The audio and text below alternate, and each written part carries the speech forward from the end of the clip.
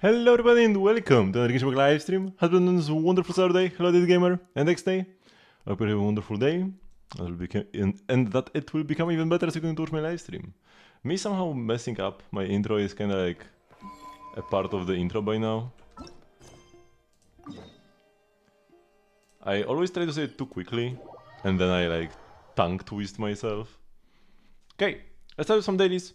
Today I might be doing some... we're gonna do like all of our resinless stuff. I might do extra Miliastra to get the BP rewards out of the way. Oh, I was saying that I should... I was thinking at the very least that I could just do the AFK games. While grinding shinies on my Switch or something, but I haven't been playing much Pokemon ZA lately, because I've been busy with Shin Megami Tensei. I do need to reach rank A in Season 2 though, to get the rewards for that. So I should dedicate like a day to Pokemon. Maybe a day at work. Because I have a bit less than 2 weeks. Like a week and a half?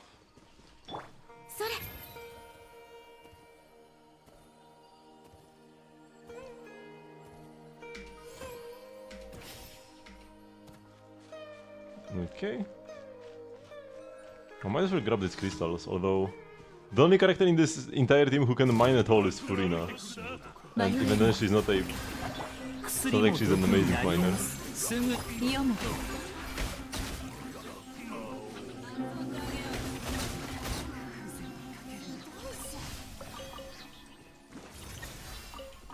But hey, might as well. It's not like I'm in a hurry. Today we are mostly chilling. Oh, no, Furina pets. Why would you do this to me?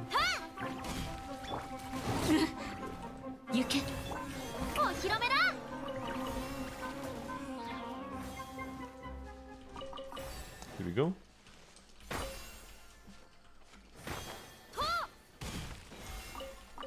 Okay, this worked out fairly nicely actually.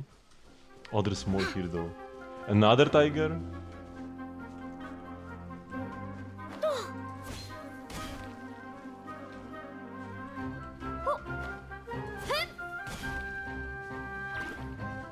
Yeah, she can only talk to animals in Not Cry. Even part of her passive is that animals like crabs and crystal flies don't run away from you, just like the Sayu passive. But unlike the Sayu passive, it only works in Not Cry as well. So that's especially weird. Because I understand that they don't want to go update every single animal in the game. Makes sense. But the fact that they only don't... The animals don't run away from you, only in Not Cry, is pretty scuffed.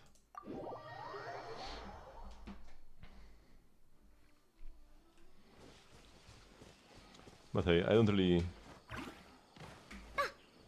She's like decent enough for exploration anyways. She's got the special char attack dash thingy, which isn't much better than dashing, but it's cool. So yeah, there are characters who are way worse in the overworld.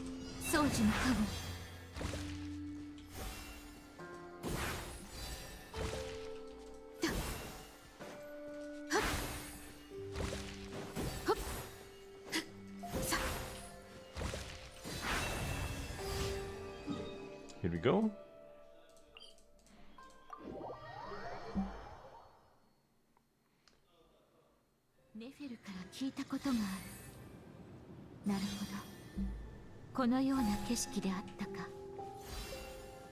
Lama talks about Nefer while she's in the desert.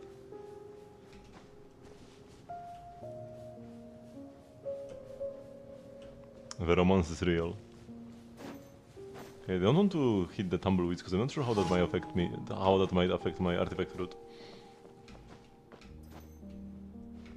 Because tumbleweeds can give you artifacts, but I think it counts as like artifact spots.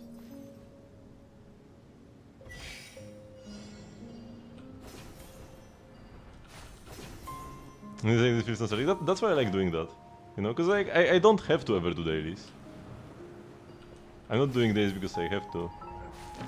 I've got 373 encounter points. And I'm only gonna get more as time goes on. Hello, Sayonara? But I just like the vibes, you know?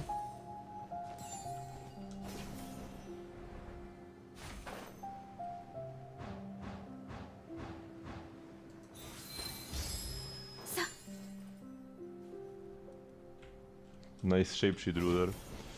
Hello, Wilson?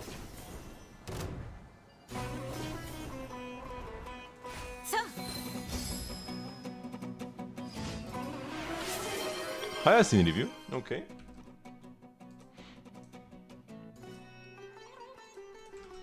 For Hyacinth you just want to be as fast as possible with some speed and crit damage along the way. But yeah, everything here is maxed. Yep, that's what actually matters most. Got the light cone, which can be absolutely huge for some teams. 80%, good substat, so yeah, having a bunch on the shoe is lovely. And only one other pick has any 80%, but that's fine. Because speed. And yeah, 9.2 on the hand, and it's one of the only pieces that actually has 80%, and then you have crit damage as well. This piece is pretty amazing. Some effect res isn't terrible either. She does get 50, right? Yeah, she does get 50, so with 51 you are actually debuff immune.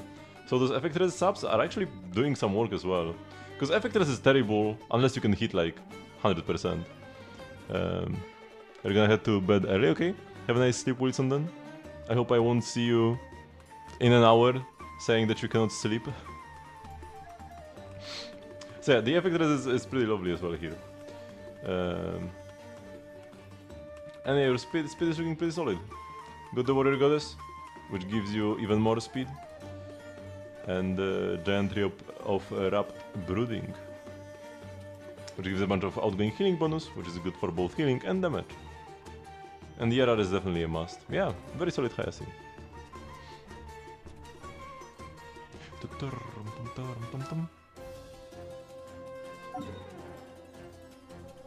I'm not sure if I have ever opened the map by pressing escape and then clicking map. This might have been the first time I've ever done this. Because you can press escape and click map here, right? But I'm not sure if I ever clicked this button. I clicked it now because I was ready in the pause menu and wanted to open the map to teleport away. But usually, even in such a situation, I would just close the menu, press M.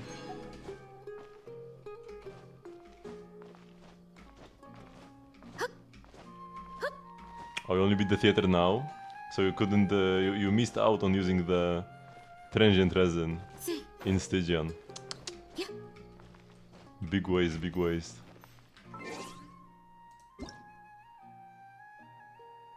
Oh, there's a survey. Let's go. You will sleep listening to my beautiful voice. Okay, Saurian Sojourn. Oh, this was so scuffed. I have participated in the event. It's never once. I took my Nefer with me, but I didn't use her a single time actually. Saurian Sojourn. How satisfied was I with Saurian Sojourn? Let's say it was neutral. It wasn't terrible, but it wasn't good either. Prone to miss operations. And it's kinda boring.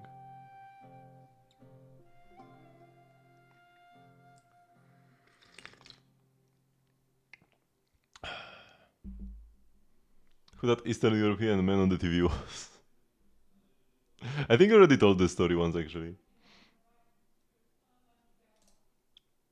How interesting did I find it?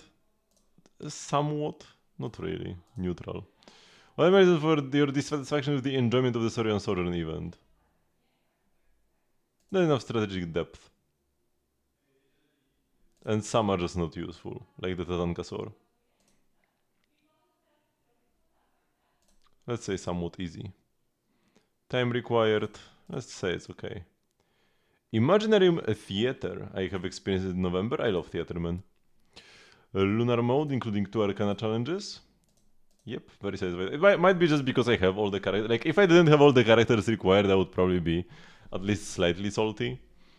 But overall, the gameplay of Theater is lovely. When I don't have to worry about the character limits. I could just own everybody. And the theater this time felt pretty hard to me, on the harder side. I had some close calls. I can participate in the Arcana. The rewards are attractive. More careful strategies. Use more characters. How interesting I find the November season. Interesting. How difficult? Somewhat difficult actually, yeah. I do like the cards. I like how they look. How satisfied am I with Stygian Onslaught? I got Dire this patch, so I guess I'm very satisfied. If I don't get Dire, I'm only slightly satisfied. If I get Dire, I'm very satisfied.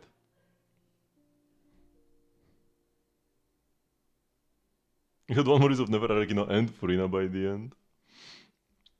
I mean, at the very end, I had some good characters still with like uses left, but it was like in the mid game where it was pretty shaky. I used up the good ones I got early, but couldn't get more good ones. I just had some useless characters, like Yae or whatever. Like how am I supposed to beat stages with Yae? Even though Mom and Dad said I could sleep in today, I mean, yeah, it's fine because she applies a lot of Electro, so she's good for the reactions. She doesn't do much herself though, she just applies Electro and that's it. Even though Mom and Dad said I could sleep in today, I feel like the more important the day is, the more I should push myself. Now that I'm a year older, I want to give them even less to worry about. You know, I was already in the orchard before the sun came up. I turned the soil, did the watering and the harvesting. I did all myself. I even wiped down the delivery crates and stacked them nice and neat. Sounds like she's like 12. You know what? Work really does make you feel fulfilled inside, and now it's time to fill my stomach too. I got a birthday feast from Uncle Atoli for 200 people. Come join us! Heroes like you burn tons of energy in battle, so don't hold back and eat as much as you want. If there isn't enough food, I can always get more. My stomach's already growling, maybe I should just start eating while I wait. When she said I got a feast for 200 people, I thought it's like she's gonna eat it herself. Like 200 portions.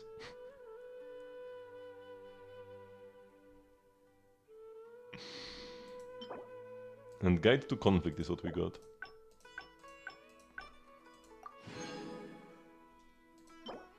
Mount Mushroom.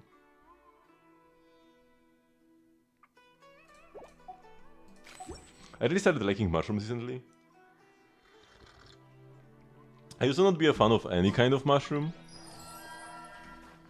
But I've been slowly warming up to them. And in Poland,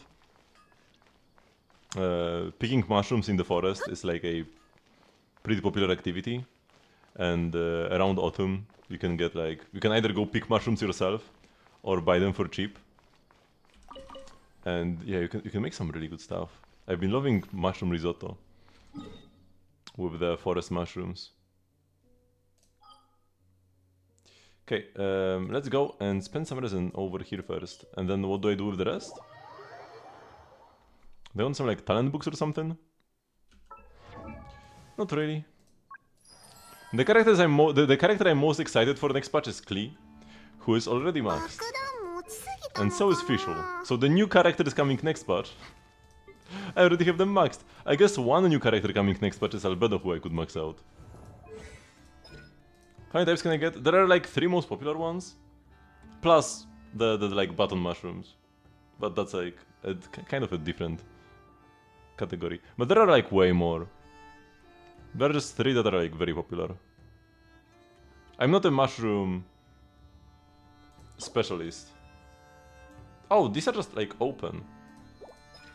You know what, maybe I do farm Albedo books. We don't want to max his skill, yeah. Ult not really, because it's just attack scaling, but skill. So when it comes to the ones I've used for Mushroom Risotto, I used 3 different types. Wait, can I even like translate them? Do they have English names?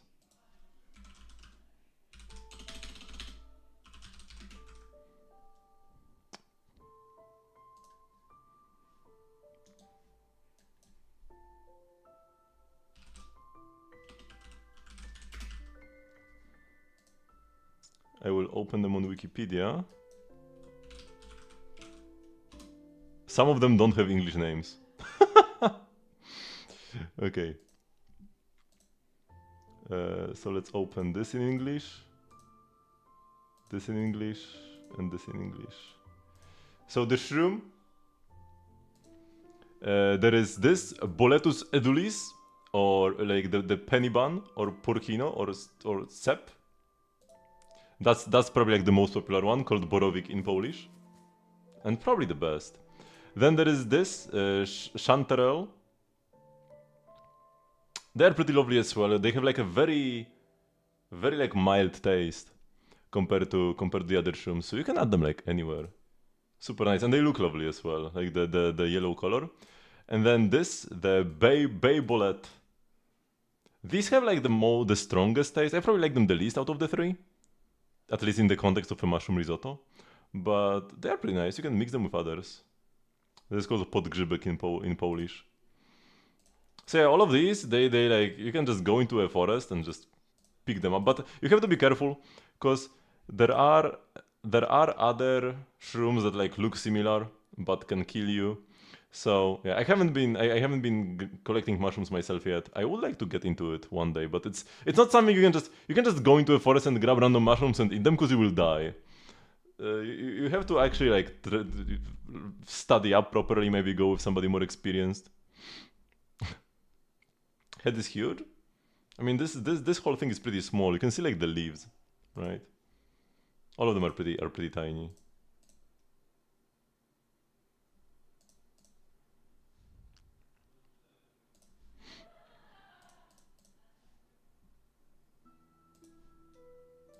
And yeah, I really warmed up to them. I used to be a mushroom hater, but I gave them another chance recently. And yeah, I'm definitely happy with that. So Ballad is all about needs. I'm pretty sure this is what Durin needs as well. So I could just like farm them with all my resin. Wait, is there gonna be a double book event this patch? Because if so, then maybe I don't want to farm too much.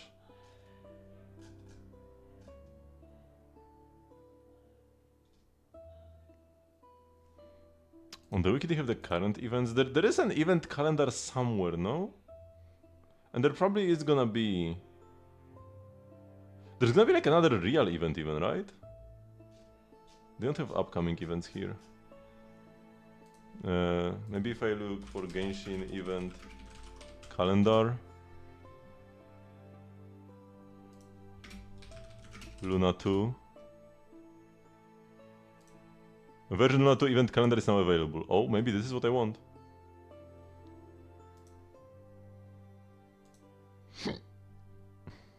Oh, here we go.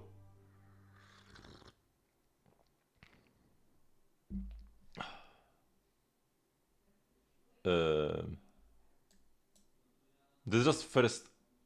Oh, no. There is overflowing abundance. Now, which one is that? Is this double, like, artifacts or books or... What is overflowing abundance, man? This is so incredibly clunky. I should be able to click on an event to get details about it and not just be told that it's not available yet. Also, on Monday we're getting a new event, Dance Dance Dynamic Disco. Is the web event good? Which one? We had the Starbound Oath, but that's finished a long time ago. Oh, the Artful Odyssey. This one?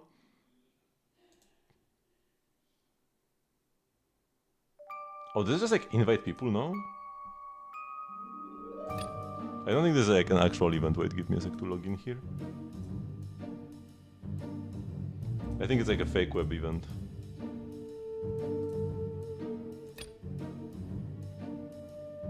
I mean, there are a few tasks. Play Miliastra and then just invite people.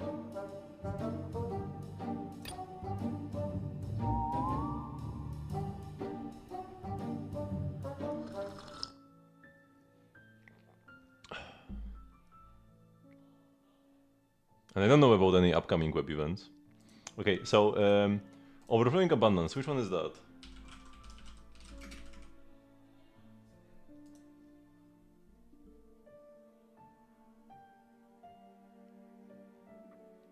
Domains of Mastery and Forgery.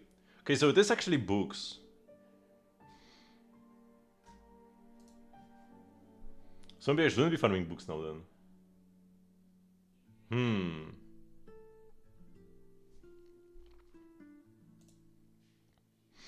Yeah. And recently they made it so that you can farm any book at any day during these events. So it's not like I won't be able to get that many ballads because I will have to farm others. No, I will be able to just farm ballads only. And I probably will. Because I could use some ballads even for my Venti. For my Venti skill. I could use some ballads for the Albedo. I could use some ballads for Durin. Oh yeah, I was supposed to check if Durin uses ballad. Yep, Durin uses ballad. Everybody uses ballad, man. It's so frustrating. What enemies are coming in the next Abyss cycle? Can't say this is something I have ever wondered about. Even when I see leaks about like upcoming Abysses, I just don't look at them because they're kind of pointless.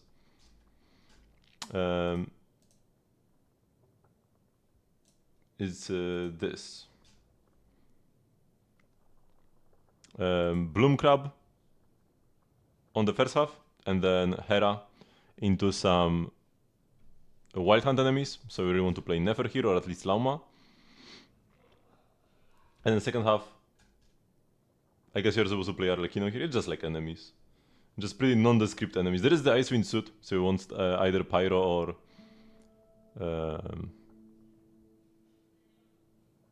or an Arc versus them to break the shield. Then the Yamkazor.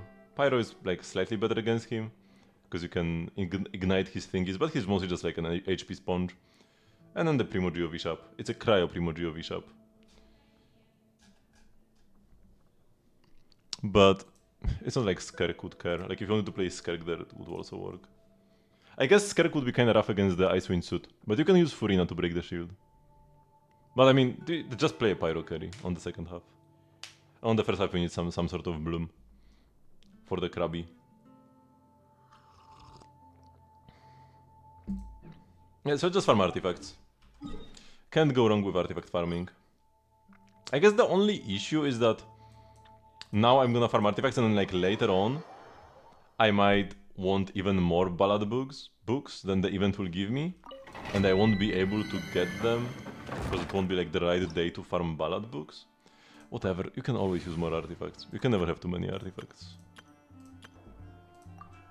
Although I'm kinda in the spot where I don't have enough EXP to level up everything I've accumulated recently.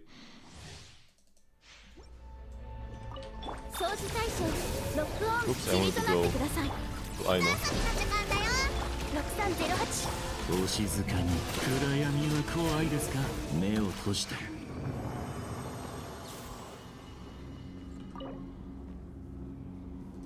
Let's use all my condensed resin first. Attack goblet with crit damage ER. That's actually pretty decent. Not amazing, but might be good enough. Although I think I already have great attack goblets. But if I like get 4 crit damage rolls, I might swap my EM goblet for this. Because I think I have an EM goblet. Or maybe I have an EM Sun.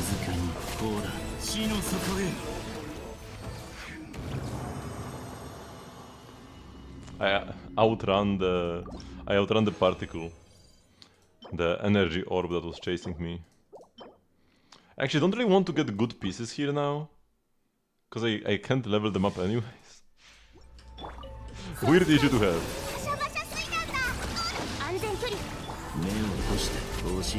Also a big issue is that the sets are pretty like generalistic. So I'm keeping a lot of sus pieces on both of them, especially the support set. Because you can play the support set on anybody. Literally any character in the game can play this. But I need to be more picky. Like defense Suns with low roll crit damage, 3-liner, double flat stats, yeah, we are not taking this. Or this EREM 3-liner with flat defense, nope. I need to be very picky now. I just don't have enough artifact EXP. to level up players like these. That even if they roll perfectly, they are like decent at best.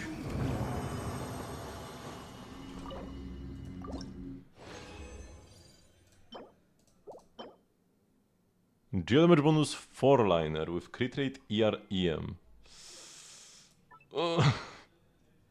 Surely Lunar Crystallize is gonna be like EM scaling somehow. But then you don't want Geo damage bonus. If you want EM, you don't want Geo damage bonus. What if you play this on like Albedo? No, I don't know, man. I don't know. Want to double check that I have already done weekly bosses and such? Yes. Don't want to spend all my resin and then suddenly be like, oops, I don't have enough for bosses.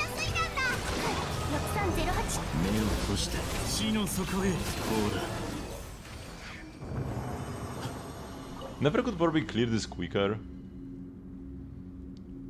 Because she has a faster setup. HP Sans double crit? No. Double flat subs, 3-liner. No. Oops, I failed to switch to Aino properly again.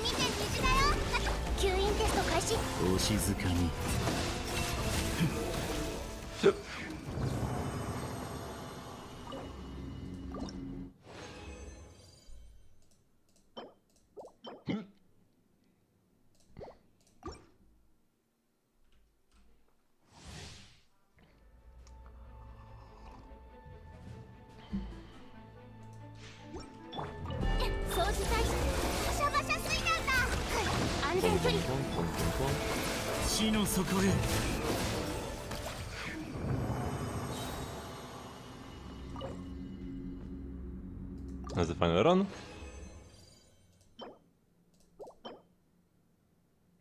Defense goblet now with double crit, but yeah, this one doesn't have the EMER. And it's not a 4-liner. Although I feel like a defense goblet is more likely than an than a geo damage bonus goblet. Yeah, currency wars are great. I was even considering swapping today's stream to Starrel instead, but I don't want. Ideally, I want to avoid swapping streams around unless I really have to.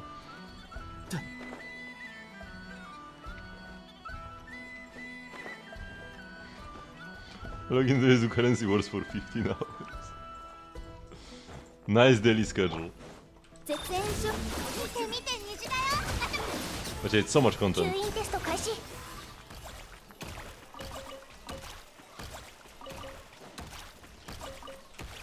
Okay, let me visit my teapot.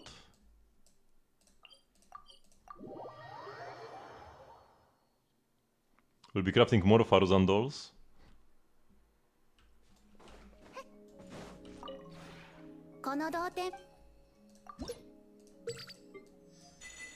Six, 8. Got 10 of them. And I need more. I'm just gonna keep crafting 10 of them every day. Until we get more new furniture. Should I be buying Artifact EXP from the shop, by the way? Probably not.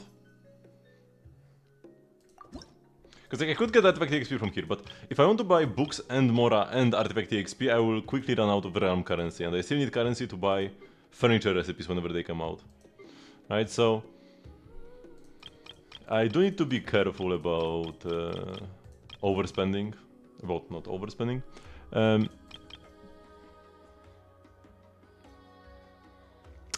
at the end of the day, I can always just throw out some old pieces.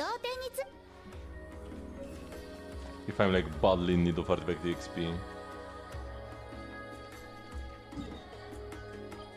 But yeah, the daily artifact farm really helps a lot. That's some heavy lifting. I even did a couple currency wars runs off stream at work on mobile.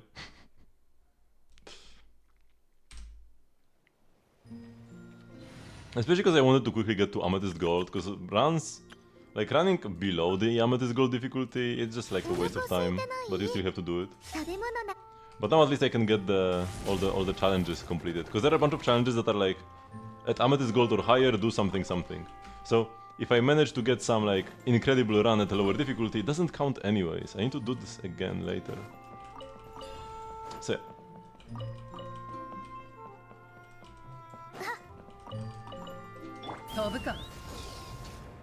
tomorrow I will be able to do some runs at like an actual difficulty.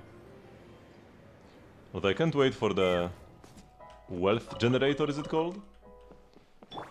The final one?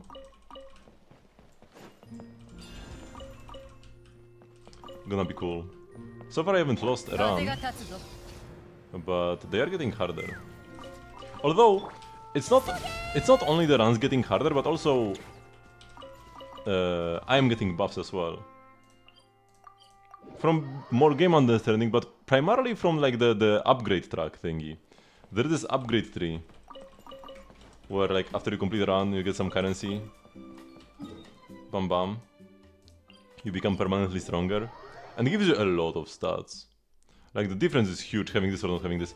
When Swarm Disaster first came out, difficulty 5, the highest we had back then, felt like impossibly difficult. But that's because early on, during the first days, you could jump straight into the highest difficulties, but you didn't have all the upgrades from the upgrade track. So it felt impossibly hard. But if you actually played, like just played more, even at lower difficulties, and amassed more currency for the reward track, for the upgrade tree thingy, whatever, it suddenly got like way more manageable. Still difficult, but very doable. Here is the one, man. I always lose sight of at least one of them.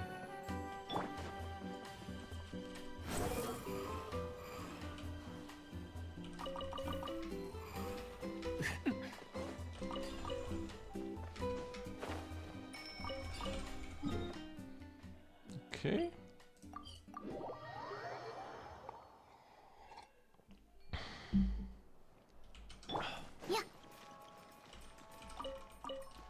Which I've been really enjoying Star Rail. At the same time, I've also been playing a lot of Shin Megami Tensei. It is a turn-based season for me right now.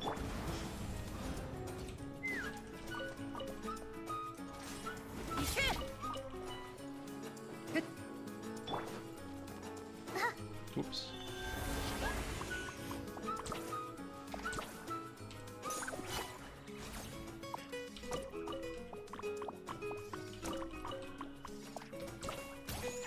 Nice, I managed to avoid it. The hardest thing here is avoiding the pull stars.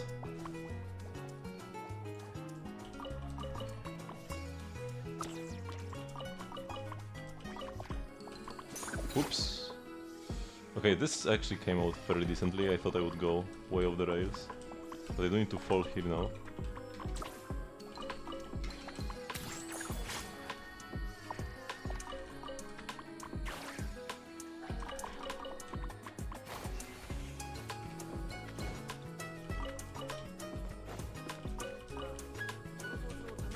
The one issue for me in Currency Wars is that my March, my Evernight, is just way too strong.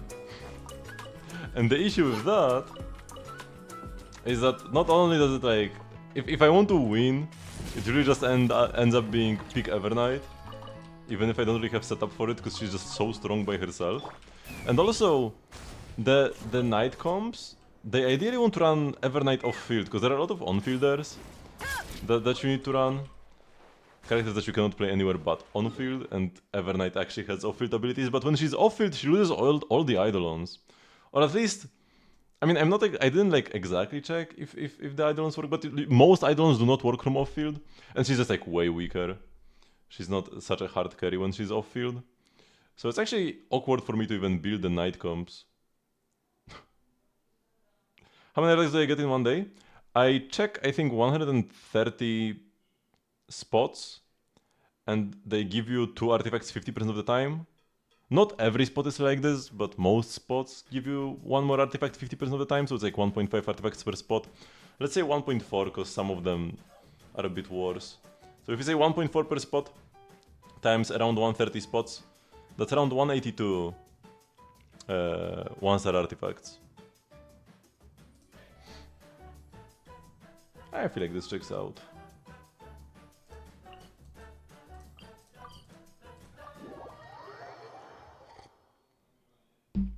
And you cannot get, like, you can't really get more. You can get slightly more. Oops, I forgot to remember. Because there are some spots that don't count towards the daily limit, but there is a daily limit of how many spots you can check. There is a limit of 100 spots. After you investigate 100 spots, no more will spawn. So if you go to an area that normally would have investigation spots, there will be nothing there. There will be empty. What you can do. So the important thing here is they won't spawn, but they will not despawn if they are already here. So if you load into an area with like 30 spots in it, and you are at like 99 spots collected, if you grab one, the others will not disappear unless you TP away. So that's what I do here at the end, where first I grab artifacts all over the place, and then I go to the Sumeru Desert, right?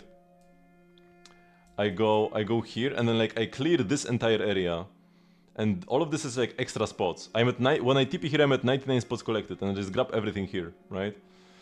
And this is like 30 something artifacts. Because it's 6, 9, 16, 19, 22, 27, 31, 34. So yeah, in total I have 133 spots in this route because I load 34 spots at once, and they don't despawn because I've already spawned them. And now, there are some spots that actually break this rule, and you can get them no matter what. And those are spots that only appear after you do something. For example, in Inazuma, there are Tanuki that you can chase. There are Bake Tanuki you can chase that will then transform into an artifact spot at the end. And this will work no matter how many you have collected already. If you grab them, it counts towards the limit. If you grab them before you hit the 100. If you are at 99, you grab one, it will stop everything else from spawning. But if you already collected 133 artifacts, and then you grab one, it's still there, right? Then there are like chickens in Natlan you can pull that give you artifacts. There are bubbles in Sumeru you can pop that give you artifacts. So you can do stuff like this, but it's double the duration, double the time spent for like 30 extra spots, right? You grab 133 spots in like 10 minutes, and then spend 15 more to grab 30 extra. It's something like that, so I haven't even bothered yet. Now, sometimes I am pretty free, like today, so maybe it wouldn't be a bad day to go like yank some chickens. But I would also need to like learn all of that. I'm definitely capable. It just requires effort.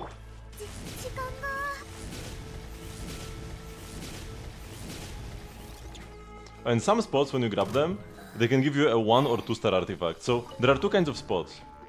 Some that give you either 1 or 2 artifacts, or some that give you either a 1 star artifact or a 2 star artifact. And 2 1 stars is better than 1 2 star. Or at least like with the odds, because the 2 stars might be like more rare or something. The spots that give you 1 or 2 1 stars are better. They also always give you a bit of mora, so that's how you can tell which spot it is, even if you only get 1 star. So that's why it's like slightly worse than if I actually grabbed over 100 spots that give multiple artifacts. I know that all of the resort, every single spot at the resort, all the ones that I have marked, and even more that I don't have marked, everything here gives you the better spots. The ones that give you 1 or 2 artifacts. But when it comes to these others, it kind of varies. They can even be like intertwined. I do wonder how they choose like what to put where. Definitely somebody who worked in the resort was a big fan of artifact farming. Because the resort is like huge, man. When it comes to optimizing routes and stuff, and just being able to go fast. So yeah, these spots don't give me mora. So I know that they're... Oh, this gave me mora. Okay, so like, this didn't give me mora, but this gave me mora. So this is the worst spot, this is the better spot.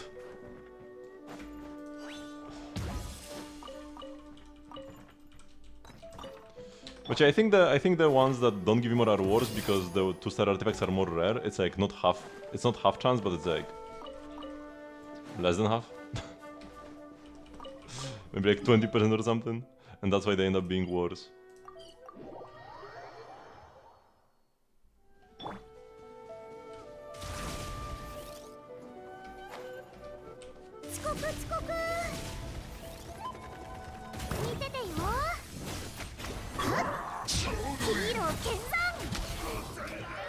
I don't have energy.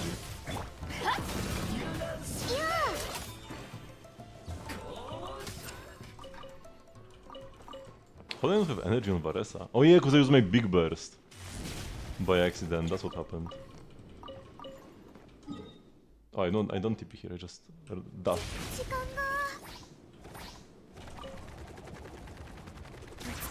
Whoa! I want to use the little float from pressing E to like smoothly make it over the rocks. But the slime changed my targeting. Oh, so this is worse, right? Because this is the 2-star. It's not a big deal though, if you have the worst spots. An important thing is to also, like in places like Seraimaru, you need to make sure you don't grab the shiny spots that aren't artifacts, because it's all like one pool, one limit. The limit is for all kinds of investigation spots. So if I grab 100 carrots, then I cannot get any more artifacts. And there are spots that give you food, there are spots that give you artifacts, there are spots that give you weapons, and there are spots that only give you Mora. And you want to avoid everything that's not artifacts.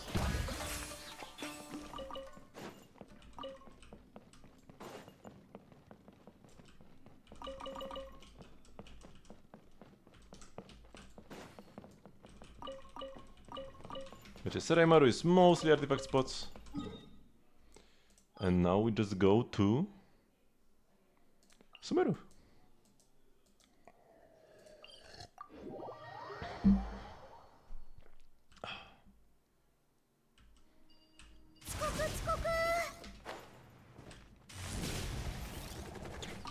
One thing that's important here, because now this was my 100th spot, right? I have hit 100 now.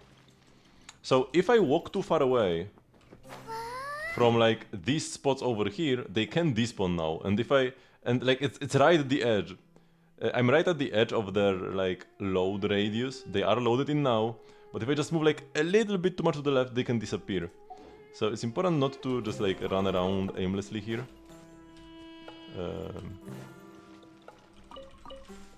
Because there are even extra artifact spots that I could grab that are like here or somewhere, and I can't grab them because they will despawn everything else.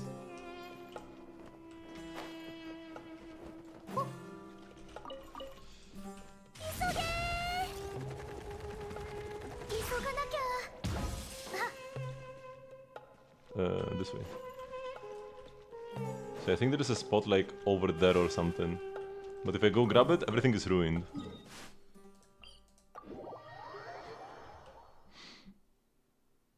But yeah, now I'm safe. Now that I'm here, I'm safe.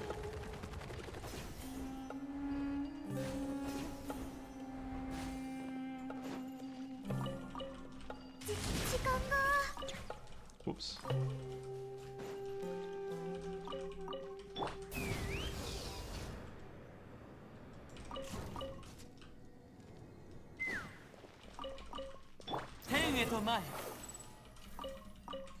Wanderer can be very nice for grabbing artifacts, even though his flight is worse than Chaska. When it comes to like speed and distance, he does give you more control. He's more subtle. And he can also fly a bit lower than Chaska, because Chaska has the entire gun below her, so it's hard for her to pick up things on the ground. While Wanderer, he doesn't have a gun. Or anything that he like rides on.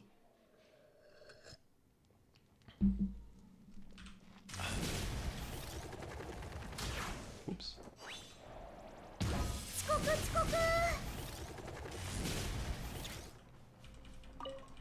So in some spots, the Wanderer can actually be superior. I mean, you can press control, but there is still like this. You cannot go lower than this, right? This is as low as you can get. And this is sometimes too high up. Sometimes you cannot grab stuff on the ground like this. Oh, Scorpion, hello.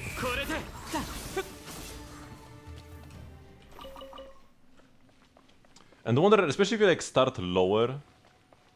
If I start like lower down, and then there is like the ground goes up higher, now I'm like right at the ground, right? That's what I'm talking about. He's like pretty much standing on the ground. Chaska cannot do that. Even if I go like this, I'm still quite far up, right? That's the issue. Now I'm not saying that Chaska is like way worse or anything. She's still better than most of the time. But when it comes to specifically grabbing artifacts, there are some advantages only Wanderer has.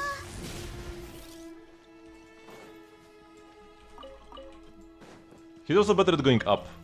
Chaska goes up incredibly slowly. Wanderer's up flight is not super fast either. He's also kinda slow at going up, but way better than Chaska.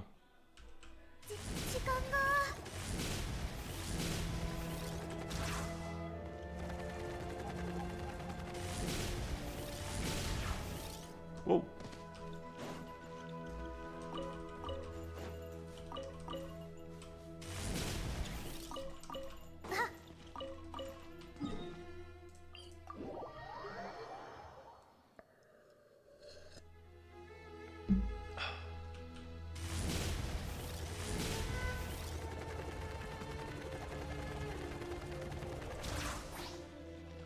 Oh, it's my run stopped.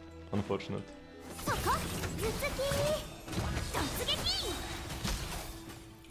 I could ignore these guys and not even kill them, just grab the artifacts beyond my way. But I don't mind getting some mats. It's super fast.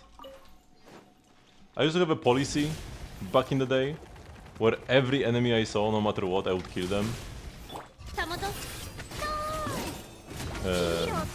So that I would have all mats of all types, always in abundance.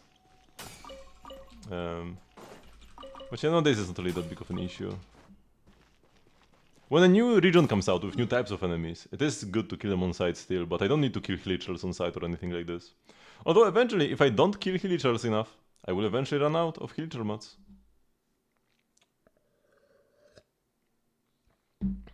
Okay, so we're done with that.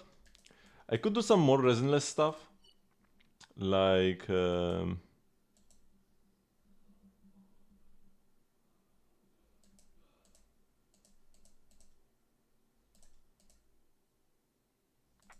grabbing some wood or rocks. But I think what I want to do first is actually investigate a bit of the town with Nefer, because yeah, I haven't done. I might have even missed the like entire last week worth of investigating. I need to do all of her side quests. Gotta look for some people to interrogate and do some of the quests at the Adventurers Guild. But yeah, it's been so long I don't remember who and when and where I already talked with. So just kinda have to go all over the place and hope for the best. That would be a good spot to find some people. Apparently not here. What even is this? Empty stall, one girl here. Yeah.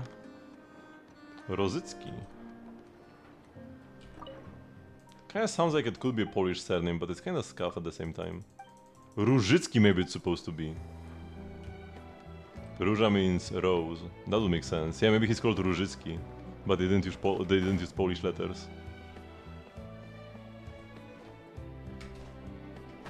So I will do some Wonderland, but I will probably mostly just do some of the AFK maps for the BB task, because 15 is so much. If it was like 10 games I need to do, I would just do real games, but 15 is just like a bit too much. And if I'm doing any AFK farming, I might as well grab all 15 then. So because the BB task is too strict, I end up playing the game less. Okay, nobody here has any intel for me, and I already talked with this guy, so that's not the place where I want to be. Oh, maybe I can go to the bar. I am sure there are some people I can still talk with. Or there are still people I still haven't talked with. Because I remember I met somebody, wanted to talk to them, and the game was like, nope. You cannot. Yeah. But where were they? Nobody knows.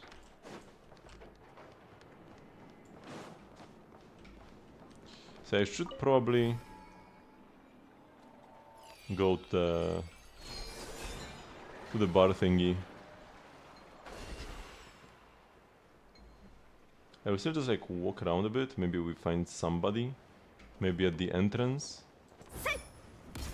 To not cry. To Nash town rather.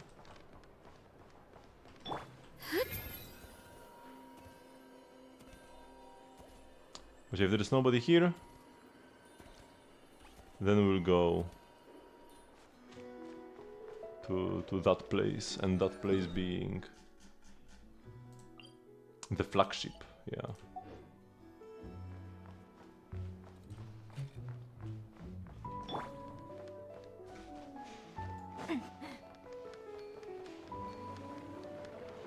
Because I should be pretty much guaranteed to spot some people over there. Oh, and we already have somebody outside. Former Fatui worker, expert for reselling Fatui supplies, no evidence of being a spy from another faction, likely just in it for the money. I'm pretty sure I even remember we can talk to him and he mentions his Fatui past. What is this?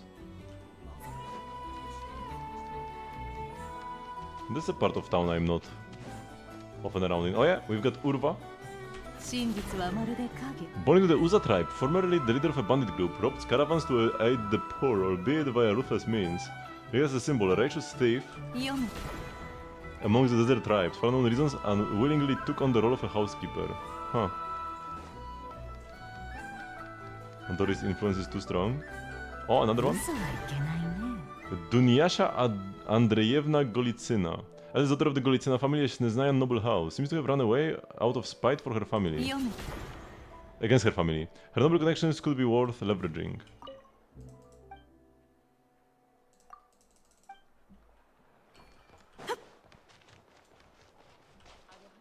I end up not even going into the flagship, and I already have half my investigations used up.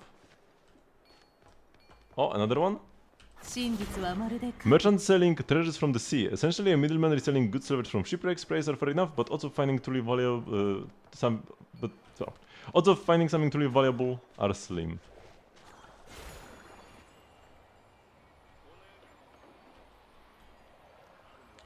I might end up going back to the flagship anyways, but yeah, I'm pretty sure there was like a Fatui worker that I wanted to talk with but couldn't.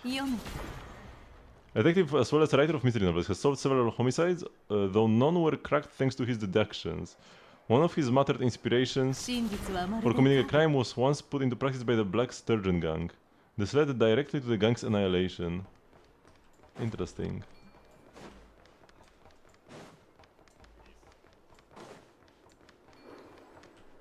Okay, and here we have people I've already talked with.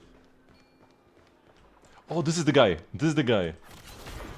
Young and experienced agent, not even remotely brave, wants to order a custom weapon, but is struggling to save up enough money. This is the guy that I talked with, but... wanted to talk with, but couldn't.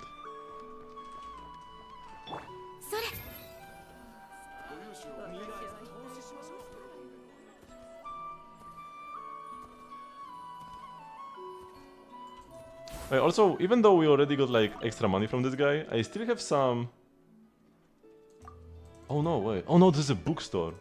This is not a scammer. Because the scammer that like, if you have Nefer, you get some money out of him. I still have the futures or whatever that I bought from him. And I can still sell them even if I don't sell them for much of a profit. Or any profit. I still at least get some of my money back. Okay, so now to the flagship. Now to the flagship for reals.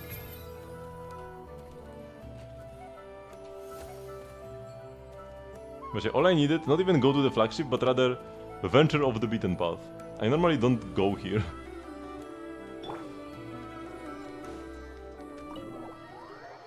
I'm not even sure if I have any investigations left. But I guess we'll see. Wait, surely somebody here can be investigated, right? Or maybe not? No way. There should be like a billion people here.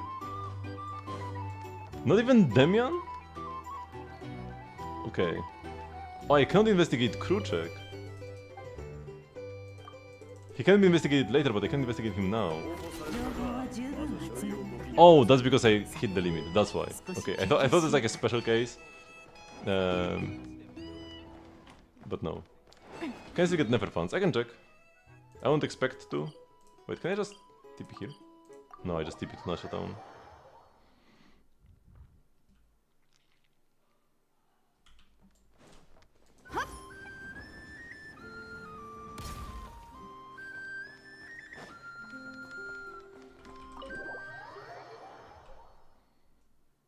Bar fell off. Can't really say it fell off because it was never good in the first place then. The chest can rest for a while. It's probably just like 3 times only and that's it. No infinite Mora hack.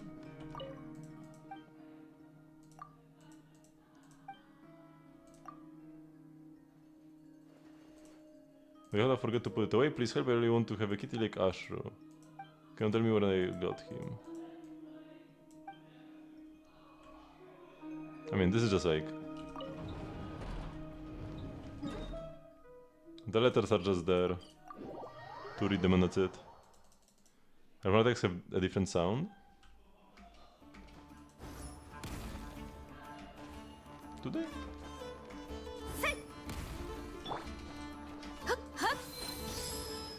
I guess. I guess they just all have all catalysts have different sounds.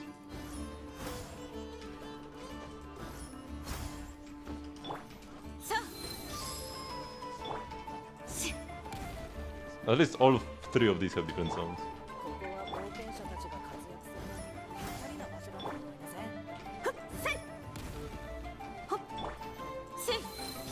The most unique one is Lauma. Okay. Oh wait, I need to switch to Nefer actually. Or I don't need to switch to Nefer. So yeah, I've got a bunch of intel. Ooh, there is... Other than the guy at the bar, there is one more intel I can find. Because there's probably 2 more in total, right? So that I can get 555 and that's it.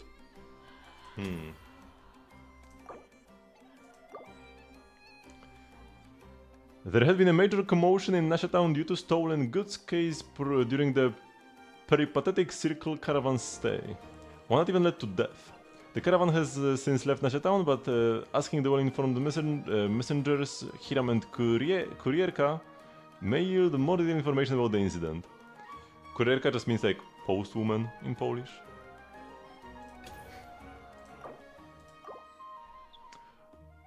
On the bounty board at the flagship, there is a target known for vanishing without a trace after committing numerous heinous crimes. Yet justice demands retribution, and sins must be atoned for. Asking Leszek, an employee at the flagship, may yield further information. Yeah, just like you have a postman, and like a postwoman would be Kurierka. It's like a gendered noun.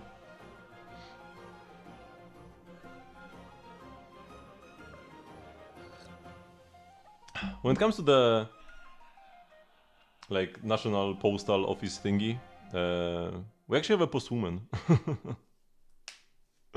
that brings mail. That has to be troubled with my packages from Japan.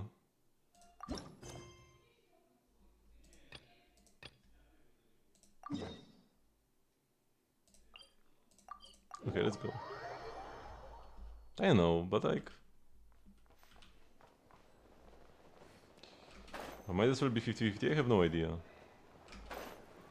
It's not like it matters anyways. Whoops. Rather like, it's good if it's mixed. The peripatetic circle case, if I'm remembering it correctly, it was never solved. That's right, the caravan's goods were stolen. The prime suspect not only denied everything, but also beat a man to death before fleeing. Or that both the suspect and the men he killed were pirates, and that they'd been companions for a decade without any sort of trouble. It's sad to think how things ended up. But Boss Neff, this sort of thing happens in Notcry all the time. Just because it's common doesn't mean it's trivial. You should know, clues often hide in the smallest of details. Yeah, go and ask the messengers. They should be able to provide you with a wealth of overlooked information.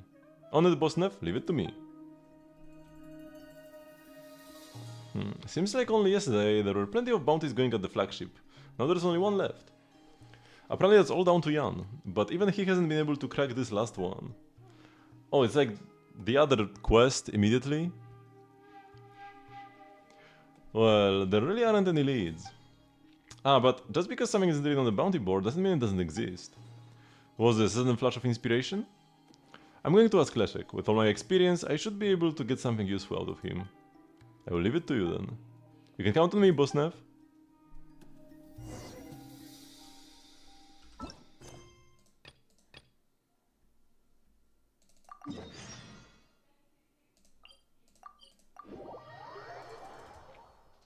So let's do them both.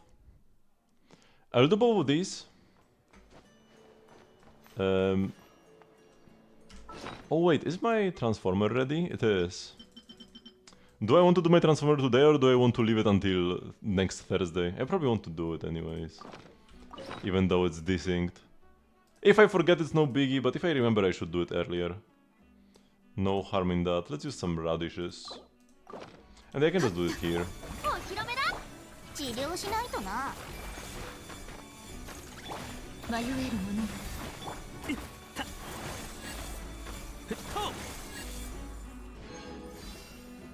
Okay, a bunch of weapon mass today. Not bad.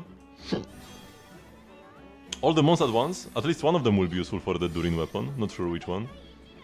But yeah, surely one of them.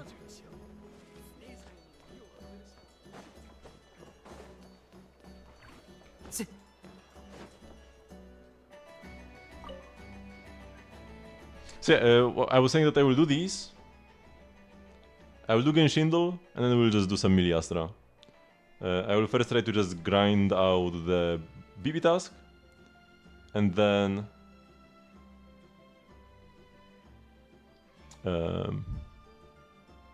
we can do some actual games.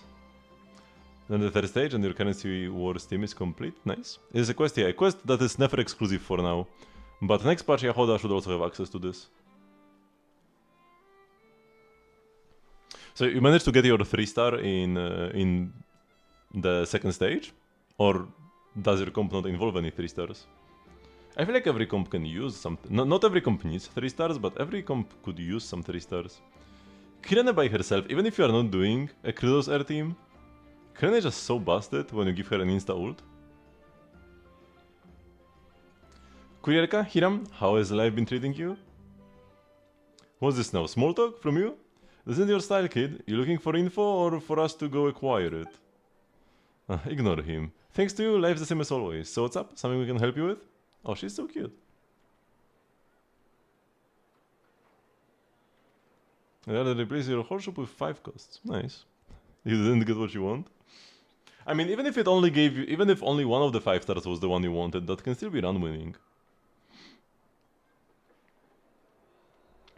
If everything was useless, but like, at that point might as well pivot to some of the 3 stars you actually did get in the shop.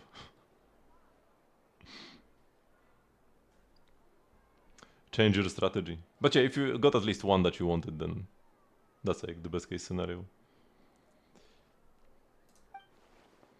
Yep, wanted to ask about that incident with the peripatetic circle. It was a big deal at the time. They say the thief was never caught. Well, it depends on who you think was the thief. That Hark fellow, who was under suspicion, was adamant it wasn't him. He made a big fuss, and in the ensuing fight, he accidentally killed a fellow caravan member called Juhani. I heard they were originally crewmates on a pirate ship. There was an accident and the ship sank. Went down with most of the crew. After that, the two of them signed on with the peripatetic circle. After killing Juhani, Hark fled the scene. Everyone was shocked by what happened. They were old crewmates and Hark had always had his back before.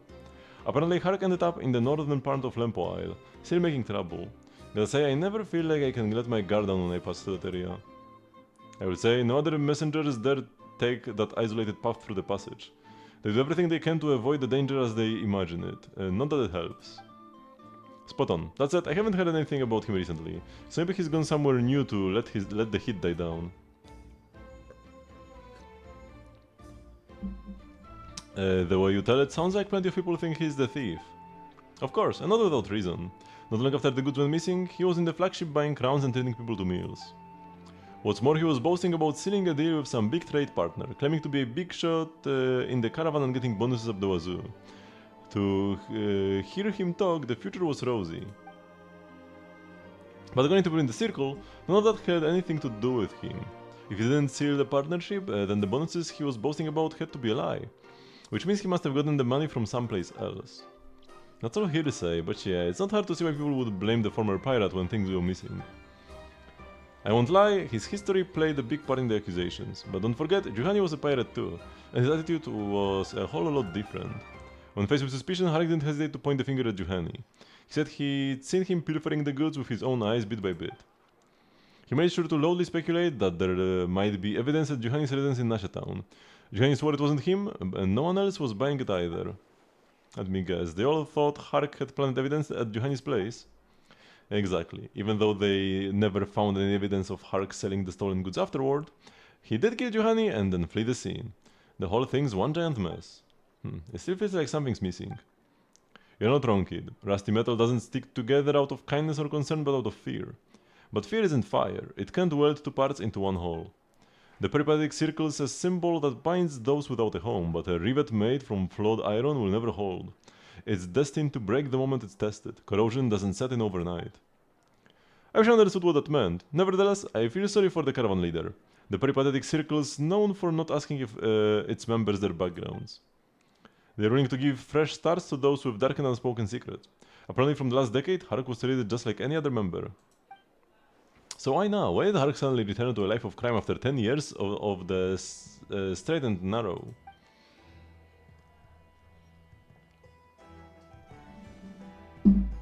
It can't have been easy to gain a fresh start. Why would he throw all of that away? If it were me... Who knows, maybe he was never really on the straight and narrow. Maybe he was up to his old tricks the whole time. He just never got caught. Or maybe he just sensed the time was right and he wanted to get rid of Juhani. Spend enough time on the streets and you will hear all sorts of rumors. Everyone has their own theory they are clinging to. Besides, it's not like Harik himself is in a hurry to set the record straight. Not to mention, even if he isn't guilty of stealing, murder's a worse crime, and there is no way he's washing that stain away. True enough, no matter who the out came before, he should be made to pay the price for his crimes. Alright, I've asked everything I wanted to ask. I will let you two get back to work. Thanks for your help. It was nothing. Besides, the curatorium's been kind to us. It's the least we could do. Stay alert, kid. Don't let that rusty old scrap of metal scratch you. Oh, that's it, just like a whole lot of yap.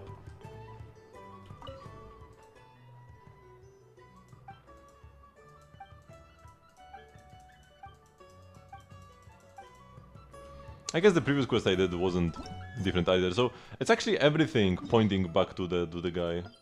Can I TP to the flagship? No. So it seems like everything is just, pointing to that one thing. I wonder where the last person is, who I have still missed. But I have to look next week. Maybe there is somebody else at the flagship that I could check. Because making so that there is only one person, kind of weird. Because yeah, there is this guy. And then I will probably have to like go look up a guide of like everybody I can check. And just go one by one, even though I've already done most of them. That's the worst. When you are trying to like collect some collectibles and you need to grab all of them. And you do everything without a guide, you grab everything but one or two. And then if you open the guide, you no longer remember what you actually grabbed. And now you need to go through all the spots. just to find out the one you needed was the last one.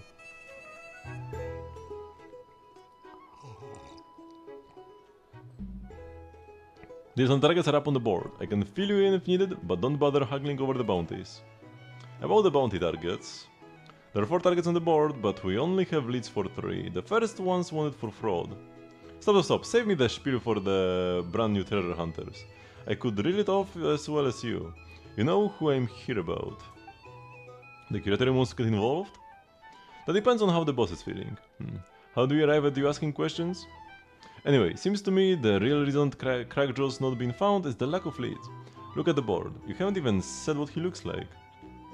Well, if these treasure hunters set off without even knowing who they are looking for, well, they are hardly a match for someone like Harik. I don't want some novices wasting their time, much less throwing away their lives. Fair point. Apart from the scar on his chin, what else can you tell me about him? Preferably something no one else knows? Something no one else knows. We are looking for physical characteristics, like say if he had some marks on his back. That's exactly what I'm looking for, but how do you know so much about him? I don't know, squad. I never said he actually has any marks. Besides, even if he does, how are you going to see them?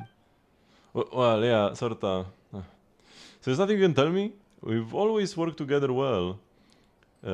Can't you give me anything to work with?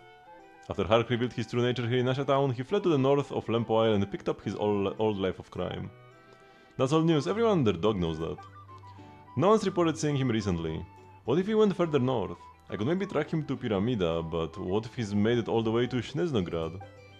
Nothing but ice and snow up there. I'm not sure if my arm would function in the cold. He hasn't. He's still on Lempo Isle, I just don't know where. You can consider that something no one else knows. Huh? How can you be so certain? Now that's a trade secret. You wanna know, you'll have to pay. Stingy. Still, a hulk of a man with a scar on his face. Even on Lempo Isle, they are not hard to find. How am I supposed to know which one's Hark? Well, seeing as how we work together so well, I will give you some free advice. Don't get too caught up in looking for a scar. Are you saying he's found some way to hide the scar on his chin? I guess that makes sense. If everyone knows you as Crackjaw, walking around with no visible scar on your face would be a pretty good way to hide. In that case, I just need to find someone who's deliberately hiding their jawline, right? It's a lead at least. Alright, if I find anything new, I will come back and fill you in. I will wait with bated breath.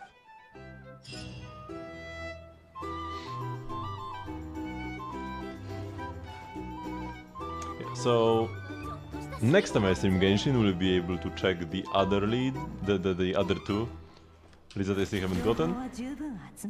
Crew check, and then one more person who's hiding somewhere. Are there any other indoor places here? Not really. Maybe somewhere here. On the docks. Maybe there are even more than 2 left. Maybe there are some extras. Not make it easier.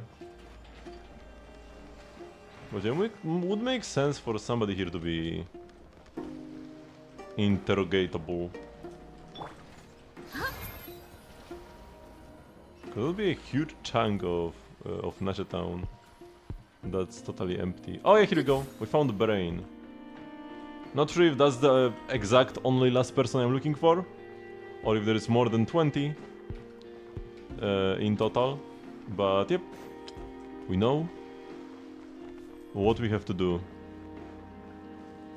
next time these leads get refreshed. So that's lovely. Oh, there is even more. There is Zinaida. Yeah, so it's not exactly 20. I might need more later, but at this point I would just assume there are some extras. Because otherwise, missing one person would be kinda rough.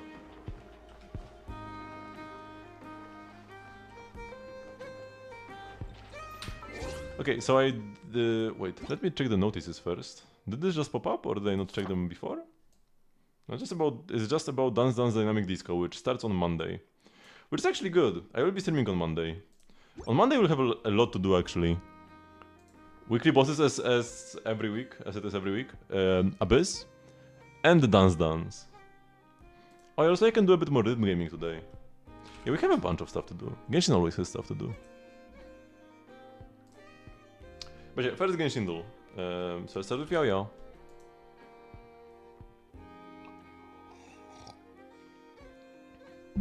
Polearm below 3.4, but not way below, so it's 2.5. No, 2.4. Or later. Could be like Raiden. It's not from Inazuma. Oh, she's too early. For some reason I thought she was like 3 point. For some reason I thought 3 was Inazuma. That was like 2. So it's like Sinnoh. Actually, it cannot be Sinnoh because it's not Electro. Wait, what? But if it's not Inazuma, this is really like a good tip, even though I kind of messed up here. If it's not Inazuma, and if it's not Liyue, it kind of has to be Sumeru. Because we didn't get any monster characters in 2.x, did we?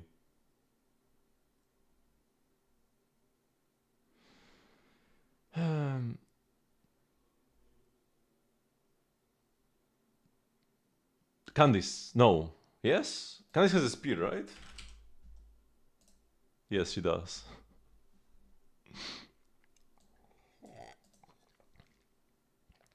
Take a deep breath as if you are about to blow up a huge balloon. Exhale your sleepiness into it and then poof. It's now flying away. Could be like Mizuki? Nope. Maybe... It wouldn't be Layla. Layla wouldn't give us tips about sleepiness. Maybe it's like Kokomi. No, it's not Kokomi. Kanemoto Hisako.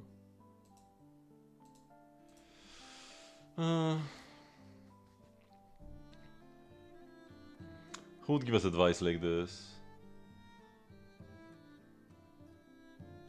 Maybe there's like Ganyu? Oh, it's not Ganyu. It's not the sleepy girls. It would make sense for Mizuki, but yeah, the other two not really. They are the ones who would be receiving such advice. Maybe like Amber? 深呼吸をして大きな風船を膨らませながらそこに眠気を閉じ込めるの。ふう。 That's Nilu, right? 風船よ、飛んでけー。 Or is it... No, it's Nilu, right? Pretty sure it's Nilu. 深呼吸をして大きな風船を膨らませながらそこに眠気を閉じ込めるの。 Hello, XPZ. What are you... What?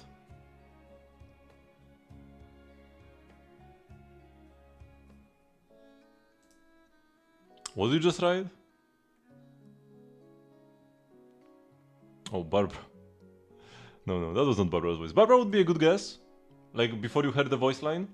But yeah, that was not Barbara. The only other voice I kinda thought might be it was... like Yao Yao, but Yao Yao is more breathy. Yao Yao is like, whenever Yao Yao talks, you can hear her exhale extra air. In Japanese at least. I kinda... Yao Yao might be my least favorite, my most disliked Japanese voice. Because you can just hear the air so much, man. Okay, what is this? Maybe this is Mizuki. No. It's something on Nemo though, right? Or is it like Furina water running passive? Nah, I don't think that's a separate passive. It kind of looks like waves though. What if this is Molani? Oh no, those are wings. Huh? This kind of looks weird. Is this Xianyun or something? Like the wings look strange. It is Xianyun, okay. Oh, it's not the character who has wings, it's a crane behind the character. Okay. Okay. Scissors, Chiori. If it's not Chiori, then it's a scam. Okay, here we go. Shuei.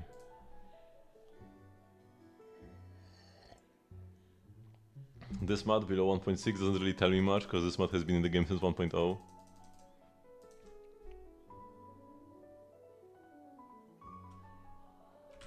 Natasha. She doesn't use this mod. I guess she's from Bellabok, so she wouldn't use it.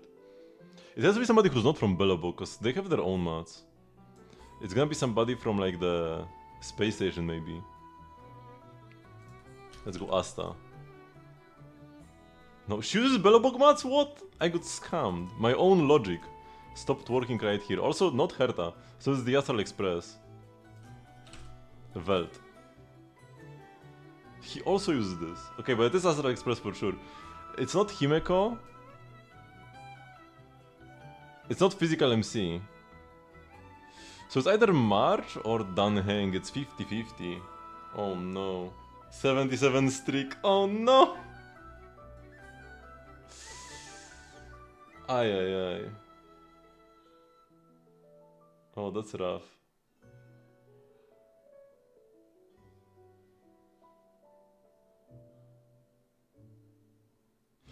I'm leaning more Danheng. Cause like, I'm trying to imagine what character would use this material. Oh! Okay. Whew! Whew! You thought of Eula when you saw scissors? Yeah, no, that's a very strange association. Okay, I won here. Let me check, by the way, what March uses. Was it a 50-50? If I actually knew the math that they use, would this be a 50-50 or would it be guaranteed? Where is March, man? I hate the character order here. Like, why is Archer and Saber here and then the Kafka before them? Like, this is like some internal ID order, but that's like a terrible way to order characters. I just need to look up Ice. I don't see the March. Oh, I forgot she's a 4-star. I was looking at 5 stars. I forgot the game even has 4 stars. She used the same material. She used the same mat. It was a 50-50. Even if I had full information, this was a 50-50 at this point. If I had full information, I would not be in such a spot because I would have chosen Danheng or March here. And I would knew that Velt isn't it, but yeah. Interesting. This was a 50-50. Was that old saying again? Got it. The path to hell is paved with good intentions. That's the one.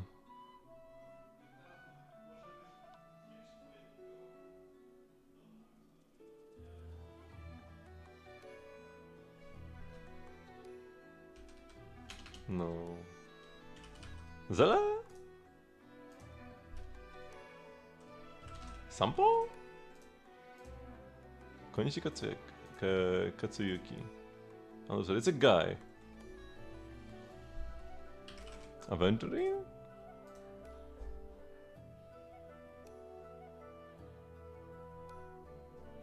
Luca? No. What's that old saying again? Oh, あの名言なんつった that's っ good け for か you. Huh. 遅刻への道は全員で競争している No swear words here. 思い出した地獄への道は善意で舗装されているだあいつにはこの言葉がぴったりだぜ Okay, ability. The owl. Wait. That's shoot. I know this skill. Wait, who has this? Ratio, right? Yes. Okay, nice. Pig. Topaz. Easy. Whew.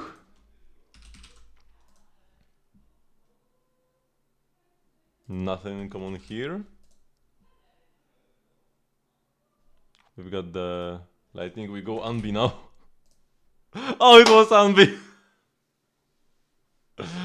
Oh, after less than a month since the last Anbi, because I lost my streak when it was Anbi last time. I might have missed a couple days, so it's like probably a bit more than 3 weeks. Like maybe exactly 3 weeks. But yeah, another quick Anbi. I mean, the only rule is that the same character cannot be twice in a row. Other than that, I'm pretty sure they're just like randomized normally.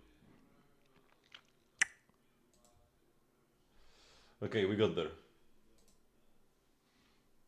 So yeah, let's do some Miliastraing.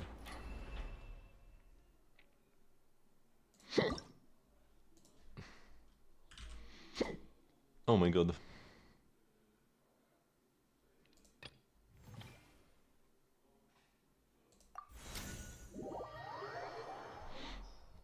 So I just do some quick maps because I need to finish the VP.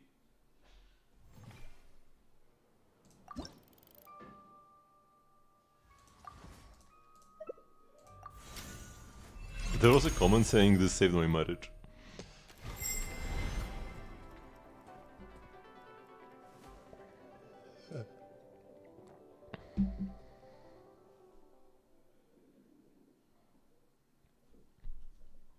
It said collect coins, but there are no coins to collect in this stage.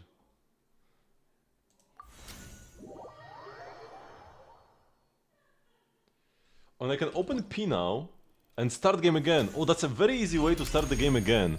Because it requires a room instead of being able to just go by yourself. Just like directly, instead of having to match. I can just click on the room and load in again very quickly. Wait, that's a good strat. I didn't think about this. It does not take much at all. Okay, that should be like 5.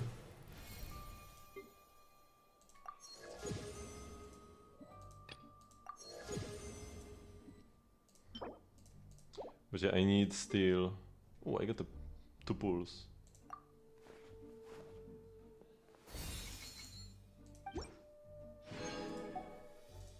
Can I do a 10 pull? Yes, I can do a 10 pull. Let's go. Maybe I can get my first 4-star. Other than just the PP outfit. Let's go, surely. Nope. They have like a purple outline before they appear properly. This one is cool. But I think it's the girl version? Actually, is it? Maybe it's the boy version. Oh no, it's the mannequin. Yeah, that's cool. I could make something with that.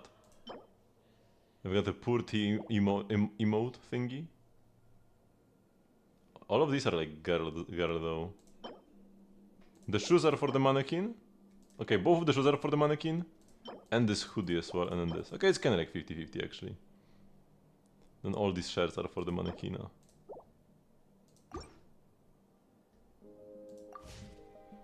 Okay. We need to do this 10 more times. Let's go. I might do it like 7 more times, and then the last 3 I can go some like bridge battle or whatever. Or maybe try to find a new cool game.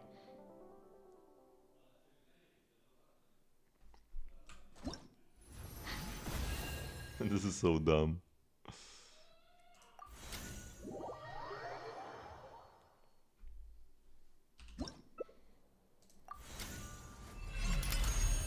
See, they require too many games. They require too many games out of you. Should be like 6. And like checkpoints at 2 for 6. Or 3, 6, 9, like at most. Because there are like 3 stages of that BP task. But 5, 10, 15, that's way too many games per week. For like a BP. In the Genshin BP, you really have to... You don't really have to do anything to complete the BP weekly. And here, even after I'm already done with the entire reward path, I will still need to continue doing the weekly missions for the 5 pulls per week. That's like the only real pull income you have in this entire mode. And then the 5 pulls per week, there's like nothing you get.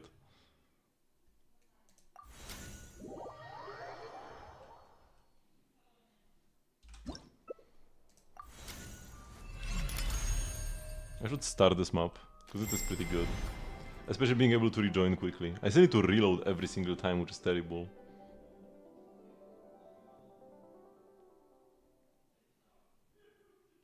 Could save a bunch on load times.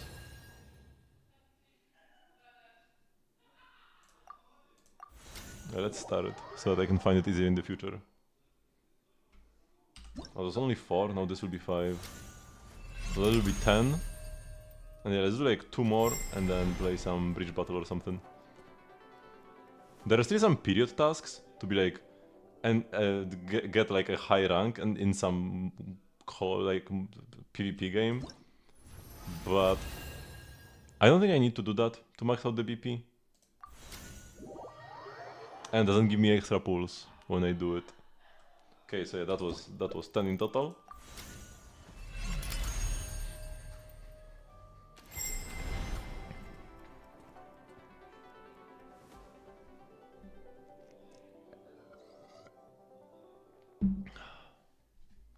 When you pull a 4-star, do you get the entire outfit or do you get one piece of a 4-star outfit? I hope you get the entire outfit. Because it would be like impossible to get an entire outfit otherwise.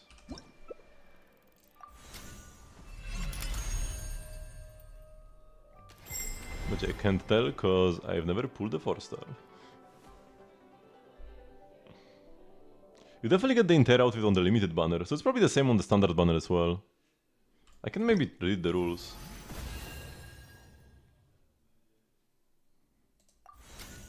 Next week, so this now I'll get 5 pulls now, and next week I'll get 5 more.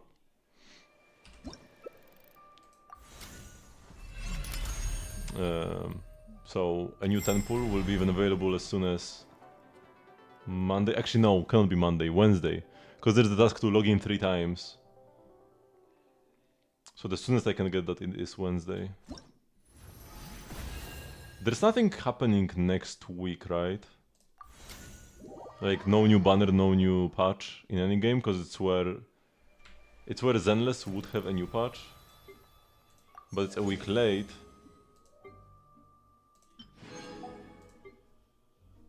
Because of the delay they had. But next patch will be shorter. The patch with Dailin and Banila is gonna be shorter by a week. And then we'll have the big Void Hunter patch. I guess might as well do... I mean, this is 14, right? Okay, let's go do a real game now.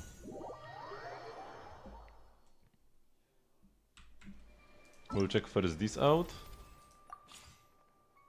EXP reward. Complete 30 matches in total. This is like one pull per, man. One pull every 2 levels. At least you get emotes, which are cool. And the crafting mats. But these are one-time rewards, man.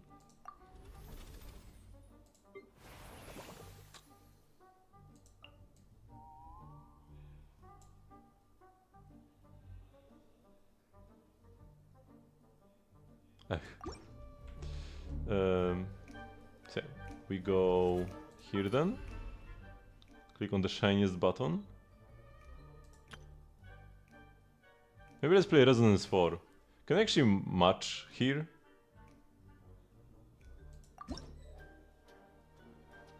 Oh, there's no like matchmaking.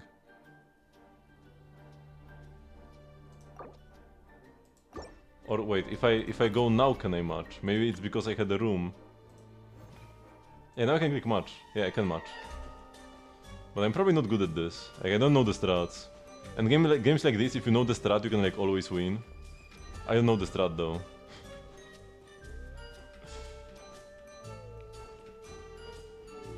Let's see how it looks at least.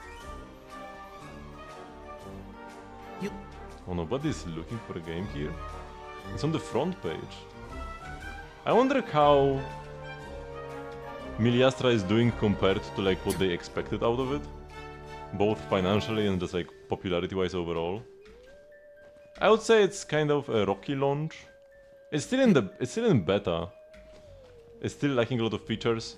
Soon, in a patch or two, they're gonna add the ability to put Genshin characters in Miliastra Wonderlands.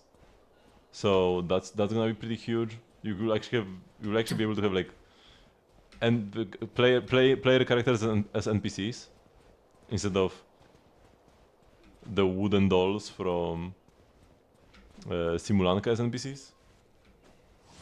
Oh, here we go.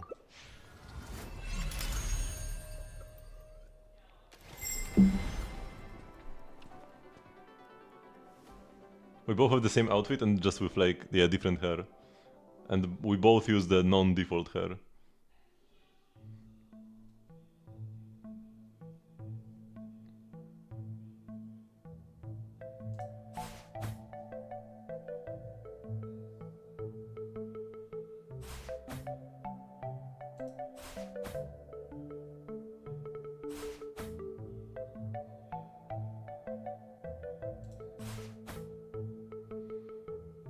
Okay.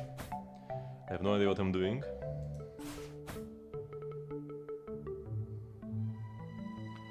But I need to be... I just need one more here.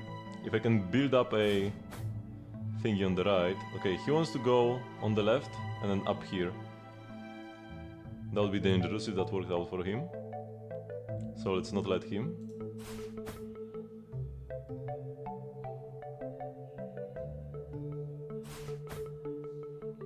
If I place my own thing now, so now here is like a danger spot.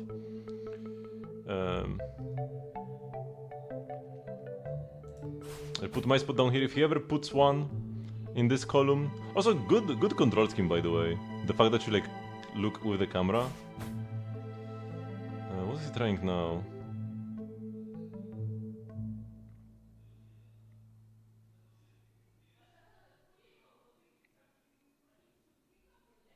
Let's put one here. I might be missing something, but I don't see any way for him to actually get 4 now. Unless he just wants to make a big column in the middle. But that's never gonna work. Okay, this was pointless as well, right?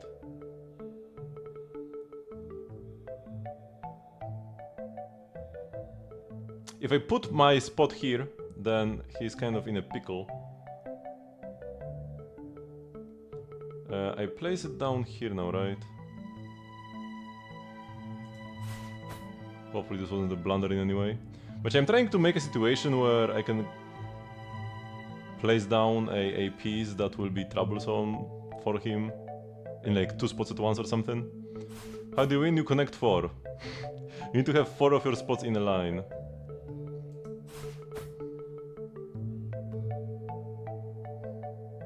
Can be a diagonal or a straight line.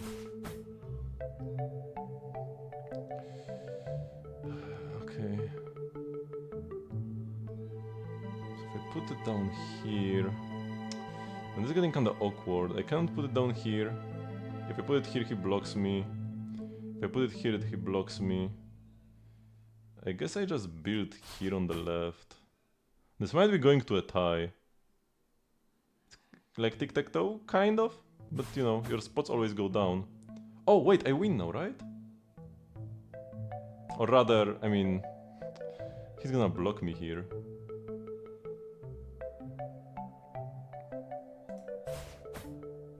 But if he doesn't block me, I have 4 in this column. Maybe he won't see it.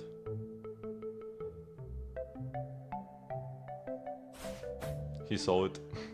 Now I cannot place a piece down here because he will create a 4 on this line, so that's off limits.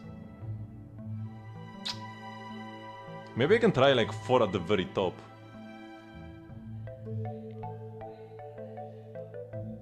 Oh wait, there's danger here, actually. I can lose if he puts the piece down here. So I need to put it here. Wait, do I lose either way? No, I'm fine now.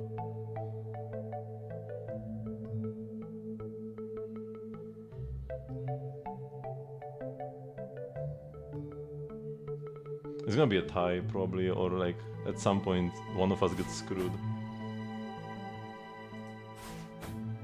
Which at this move is just forced, no need to think much about it. I have a win con on the left, here, if he ever drops a piece down left.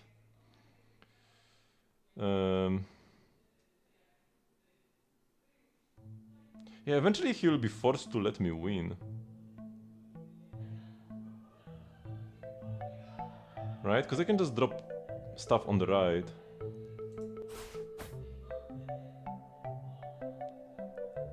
If he ever drops anything in the left or the second from right column, I win.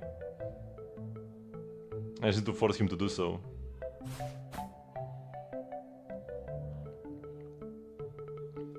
Oh no, wait, this alone doesn't win me the game if he places a spot here. It's me who cannot put a spot here, and he cannot put one here. Okay, those are the rules.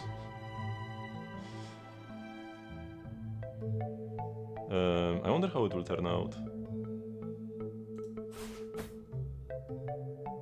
There's an event already? This is Emilia Star Wonderland game.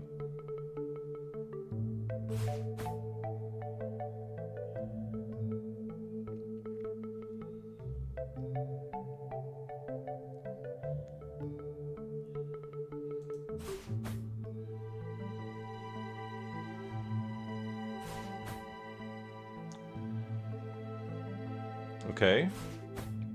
If he puts it on the right, I win. If he puts it on the left, I block him anyways. Oh no, I win no matter what now. I won. Because now I have 4 here as well. I didn't even intend on this. Whew.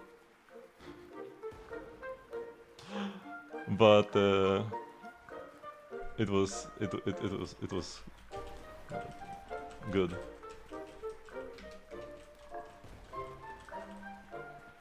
Oh, I have like little spots here. Man, this is a very nice game. Oh, I can't go for rematch because he left. You can go for a rematch or end. But he just left. Yeah, that was a solid game. We were at a very similar skill level. None of us knew an insta-win strat, because there are probably some in the game. I wouldn't be surprised to hear that like the first player always wins if he plays correctly, or maybe always loses. Or maybe there's always a tie.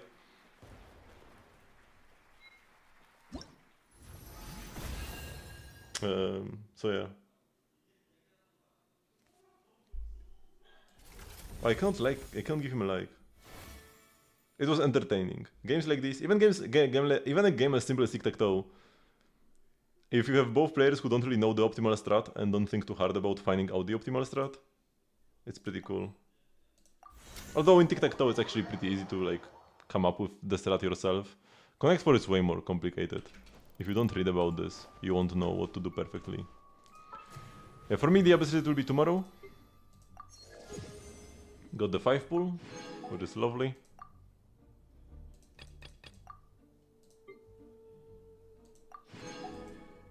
And we are already at level 25.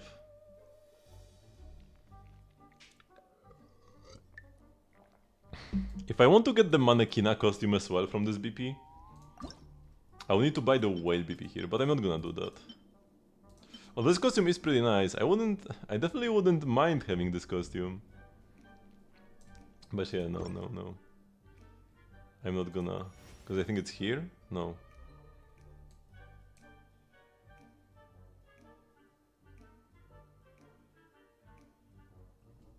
Chronicle Cache? What is this? Ah, okay, this is the outfit, and this is the same thing, yeah.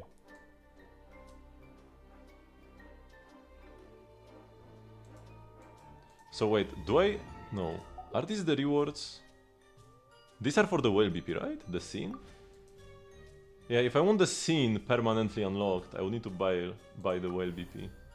Then I get the Candlelight Nightwalk Serene Soiri, the venue, and then I get like another copy of this so I can have this for both genders.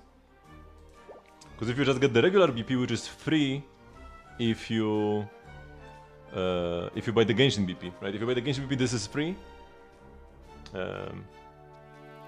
You only get one outfit, either for the guy or the girl. And if you want both, you need to pay $10 extra.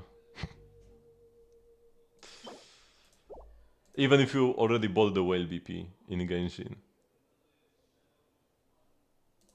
Which is sad. I would expect that if I buy the whale BP in Genshin, the whale BP here is also free. But nope. They need to make the spenders spend even more.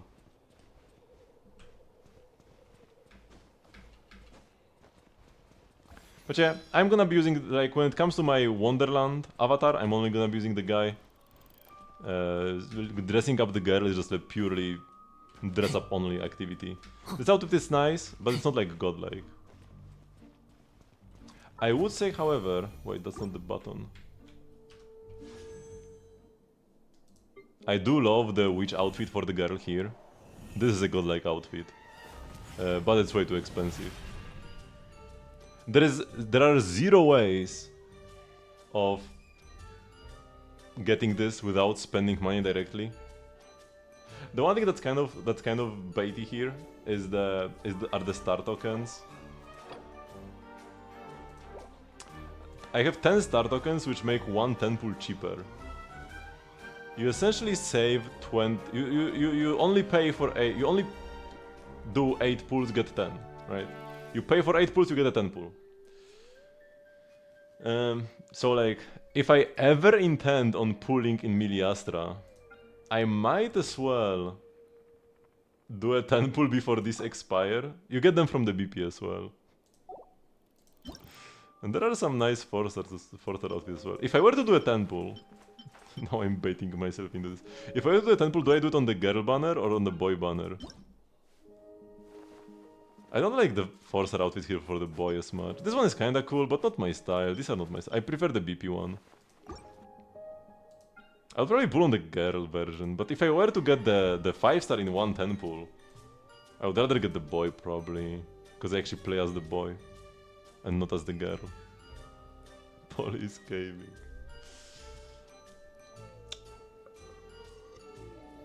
If there were top-up bonuses... Wait, what is redeem? Oh, there are a billion currencies. There is like some weird systems as well. If you like pull dupes, you get these currencies, I think. This is what this is for. If I do 110 pull, get the boy outfit twice, I can buy the girl outfit or something. And I think like a lot of them expire actually. Yeah, removed in 16 days. You cannot save them for the future, you need to spend them now. And then you can exchange one for the other so many currencies, man. Wait, I can buy a pool using the lustrous materials. But they are needed to actually use the outfits you bought, you pulled. So I could get some pulls here. I could get 7 pulls here, 4 pulls here, and 1 pull here. But then I wouldn't be able to create any of the 3-star or 2-star items that I pull, which would be a shame.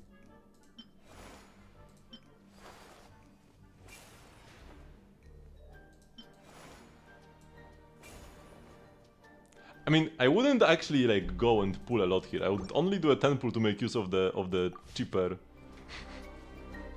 cheaper 10 pull.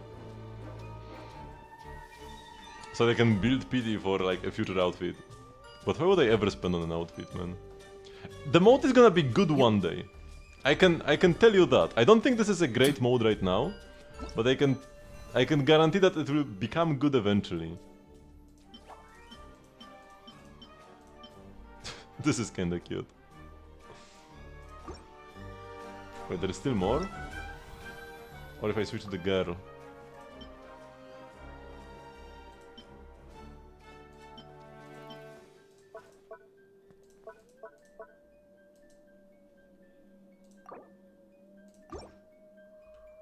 Wait, I'm a girl now. I didn't want to become a girl.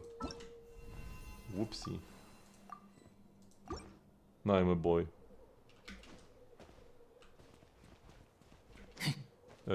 Davis or the white one, Wolf's Fang? Yeah, I'm pretty sure it's pretty good for him. Wait, let me... I want to go back to Teyvat anyways. At this point. You found somebody called Poland Enjoyer. What? How is that a name?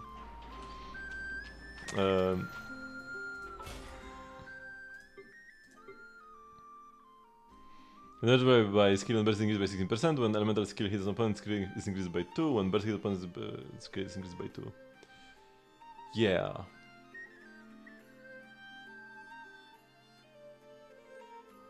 %16% burst damage and an 8% burst crit rate. This is like...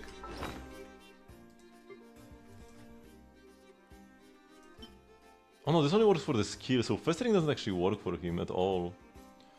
Yeah. Kind of a shame that his damage is not skill damage for festering. Black sword would look cooler. Have I ever leveled the black sword? Where is it? I'm pretty sure I have. Oh yeah, here it is. This is also, yeah, normal enchant attacks. It's not something he does. It's only burst damage for Durin. Actually, if you are on-fielding Durin, because a viable team is to on-field Durin with C6 Bennett for the Pyro Infusion. The reason for that, there are like 2 main reasons. For one, his motion values on his attacks, even though he doesn't have anything in his kit that buffs his normal attacks in any way. He doesn't have any like... I mean, he does have like the shred he provides and whatever. But yeah. Nothing specifically buffs his normal attacks in his kit, but the base just motion values and the frame data is good for his attacks. And number 2, he doesn't have any good artifact sets he can play. And by being on field, you can actually play Marechuse with Furina in the back. You cannot do that otherwise because it only works if you are on field. So it can be worth to on-field Durin simply because all his artifact set options are horrible if you cannot have like Marechuse thanks to Furina. You would still not play. You still wouldn't play this. You would still either play Wolf Fang or even Lion's Roar or something. But his normal enchant attacks can deal damage sometimes. It's not a worthless talent. What about that Lunar 4-star sword? This one, Moonweaver's Dream. His energy cost is 70. But they actually designed it specifically to not work with this sword. Because his burst cost is 70, but he gets a 30 energy refund after bursting. So his burst cost is effectively 40, but it doesn't say 40. So he only gets 35% from this, it's not that great. Attack percent, substat, and then 35%. I mean, slightly more if you have R5, but even then.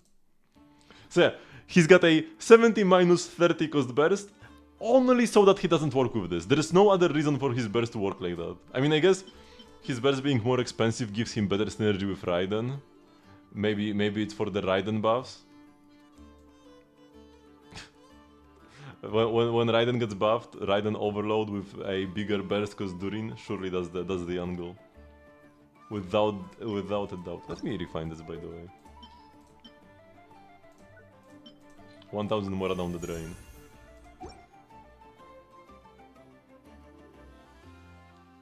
So for his weapon ranking, probably Wolf's Fang is best. Do I even have a Wolf's Fang?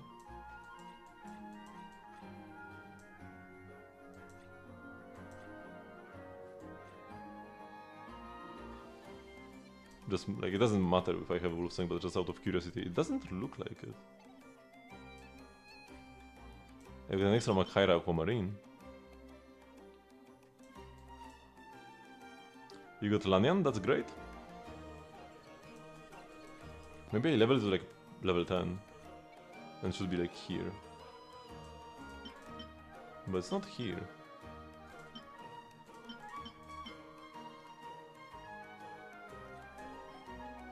Finale of the Deep can be an option.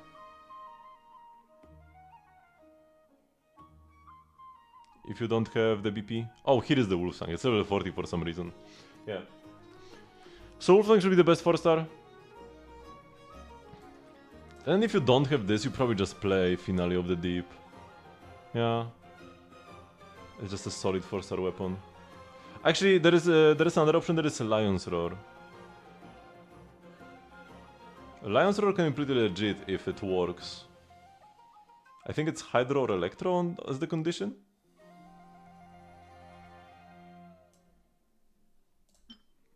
Increase damage against opponents affected by Pyro Electro. Okay, so in Overload teams, you can play Lion's Roar. And it's not terrible. It's not great either. Wait, it's actually the same as the Burst Sword. Slightly worse?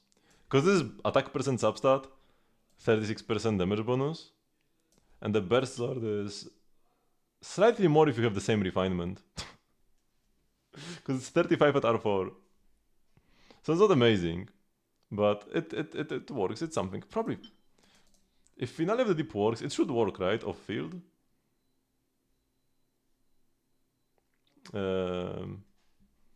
This should just be better anyways. It's only attack. The Lion's Roar gives you attack and damage bonus. But it's just more stats.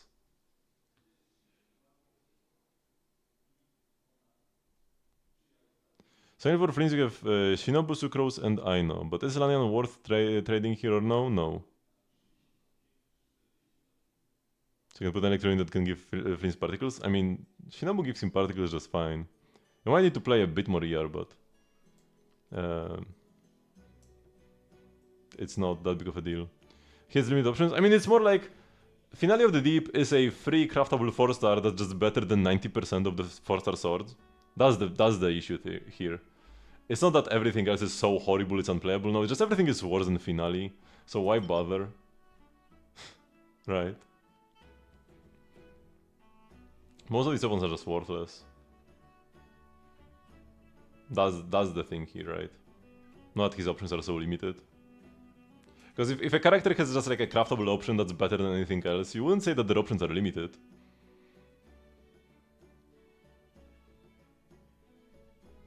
For Skerk, for example, from 4-stars, you either play Calamity or Finale. No other weapon is even worth consideration on Skerk. But you wouldn't say her options are limited, because everybody can have Finale, no matter what. And when it comes to 5-stars, there is his Sig, although Durin's Sig might not even be best for his personal damage. Especially in teams where he on-fields. Mist Splitter can actually be better than that. Because on-fielding Durin gets all 3 stacks, because he does pyro damage with his normals from C6 Bennett. And yeah, it can be more personal damage than his own Sig, which just gives him some burst damage and attack percent. But his sword does buff your entire team.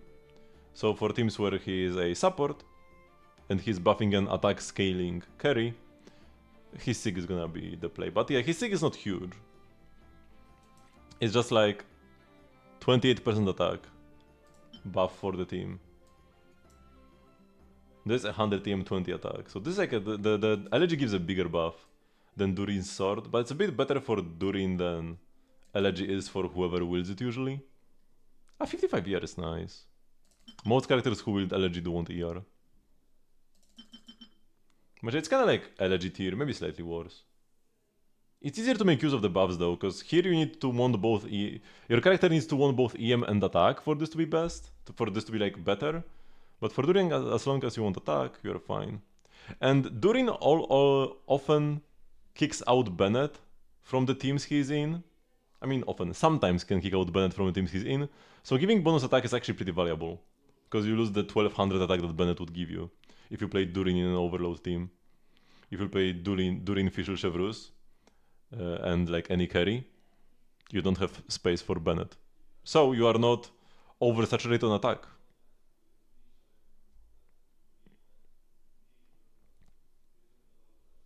Music has always been the universal gold DPS weapon. I mean, as long as you can get the infusion. Because two stacks are trivial. Cast your burst and don't have full energy, which means cast your burst. And then you just need to be able to deal elemental damage with normal attacks, but Bennett can allow anybody to do this, so that's what makes it so universal.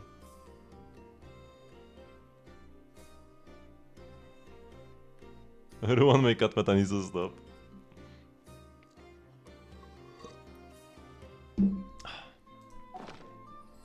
Okay, I'll go take a quick bathroom break, and I'll be back. We'll do some rhythm gaming, some proper rhythm gaming today. So don't go anywhere. I'll be back in a few minutes.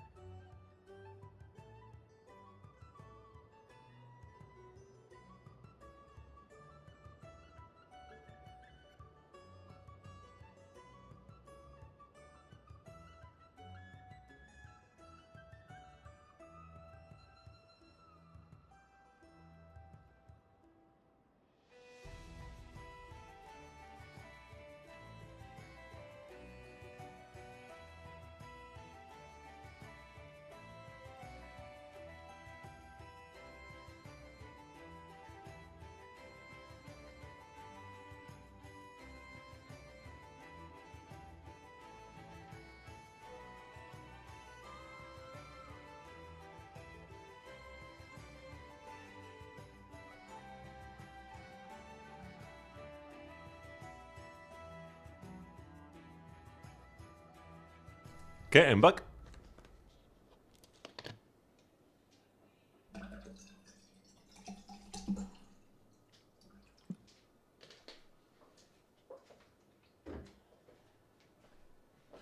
Let's do the squats.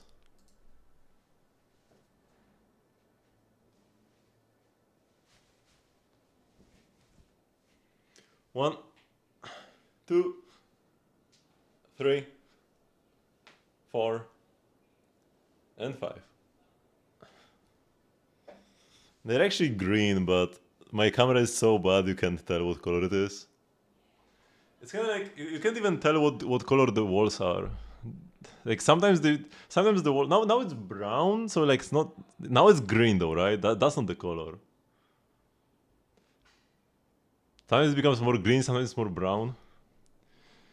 Now it's more brown again, right? The colors just keep changing.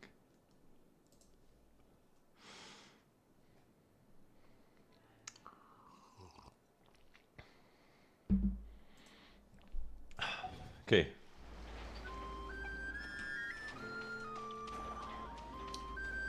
Let's go to some nice place. 4 blocks and cat decides to go for the pudding.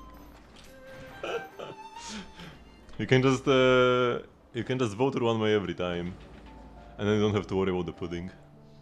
But it's nice because even if one cat is like way better than the other cats, even if they are imbalanced, and some are definitely better than others, if the cat ended in first place, it gets like a smaller score multiplier. So we might want to go for other cats with a higher score multiplier and just like target the one that does too well. If 4 people are trying to stun one cat, it won't do that well. Okay, let's have Baiju do some rhythm gaming for me.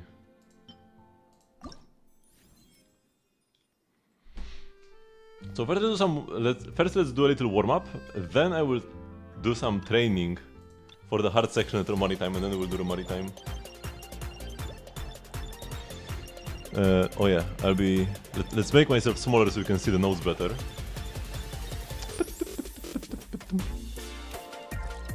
You know what, let's actually start with one run of Maritime. And then I will do some other maps and then go back to Maritime at the end again. That's probably the strat, yeah. Yeah, but tomorrow, yes.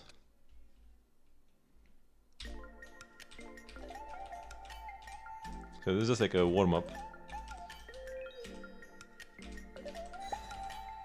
I'm not expecting too much.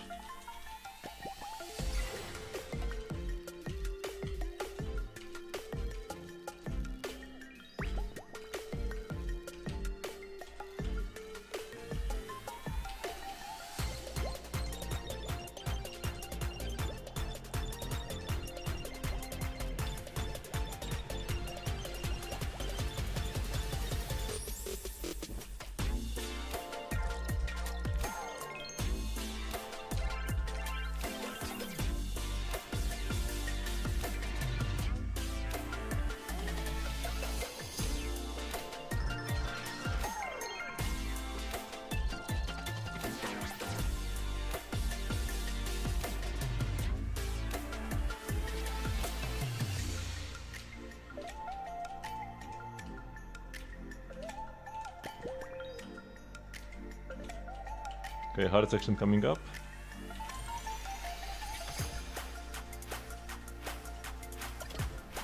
Okay, now, here we go. Ah man, oh no, this was terrible. I was not focused enough. But it is the section that we need to practice. And that's the reason why I still haven't perfected this map.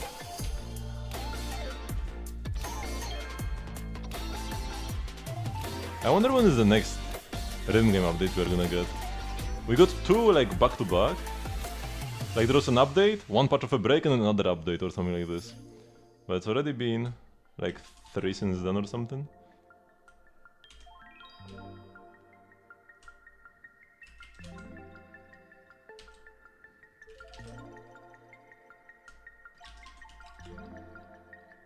It's so mesmerizing to wear somebody good. This was not the best run. I will give you a good run soon.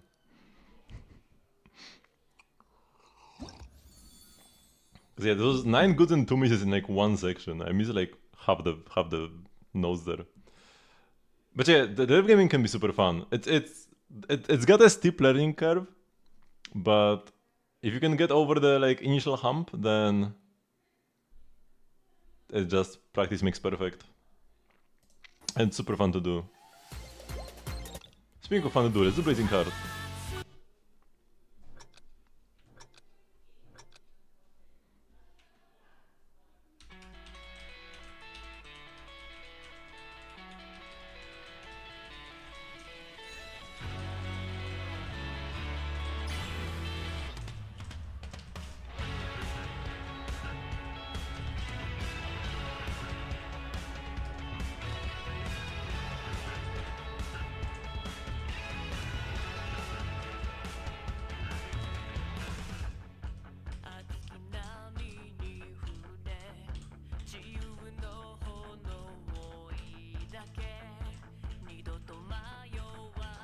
I used to have a hand cam setup as well, so you could actually watch my hands as I'm clicking. But it was made... I built like a Lego contraption to hold my phone, which was the cam. But then the Lego contraption broke and I haven't rebuilt it since then. So that's why I don't have the hand cam anymore. I need to rebuild the Lego thingy.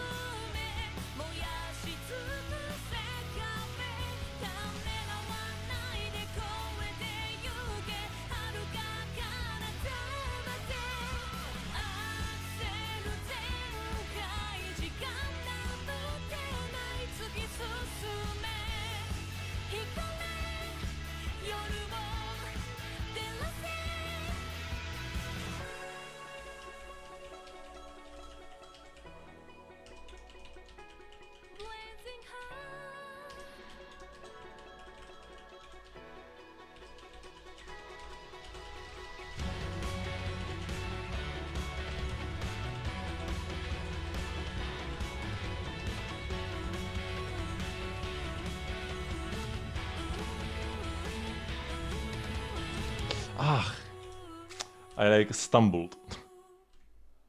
Not gonna have a perfect run, unfortunately.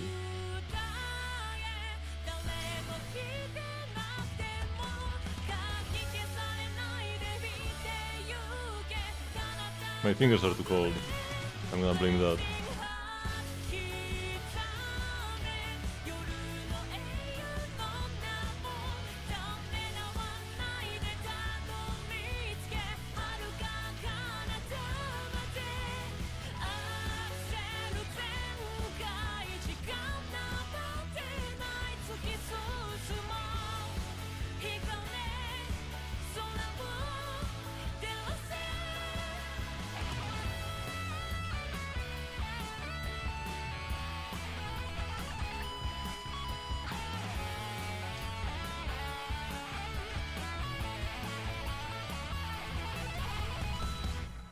Man, if not for that one mess up, that one stumble when I got one miss, this would be the perfect clear.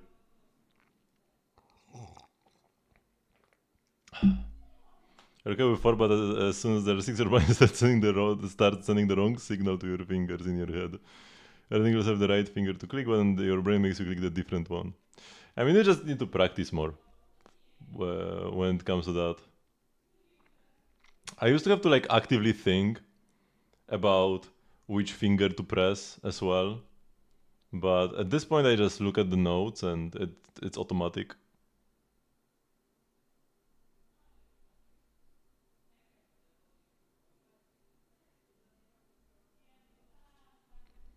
And listening to music always helps. Let's do Rondo, the goated map. Honestly, this is my favorite map in the game.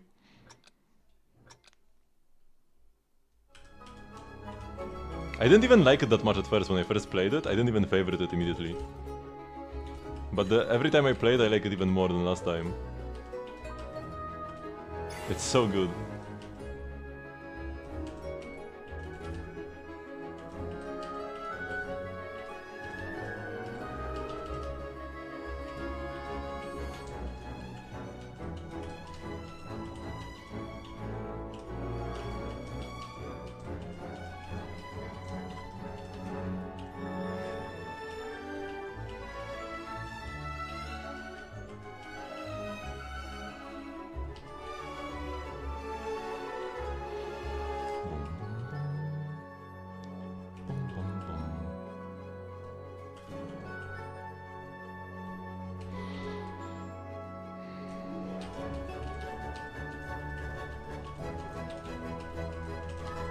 What have I done? What? There's not even the hard section yet. Now is the hard section.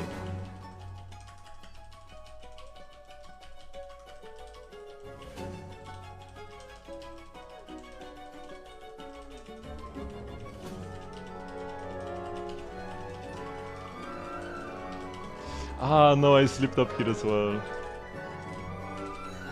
But yeah, that section's probably like the best.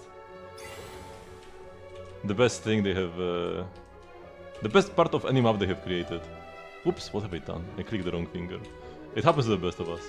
One thing that helped me a lot when it comes to clicking the right finger is to have like the middle lines highlighted, right? The S and the semicolon lines for me. They're like a bit thicker. And this helped a lot. At this point I probably wouldn't even need this. Or maybe I would, I don't even know. I don't pay attention to it anymore, but initially it helped a lot with recognizing which finger I need to play, to click.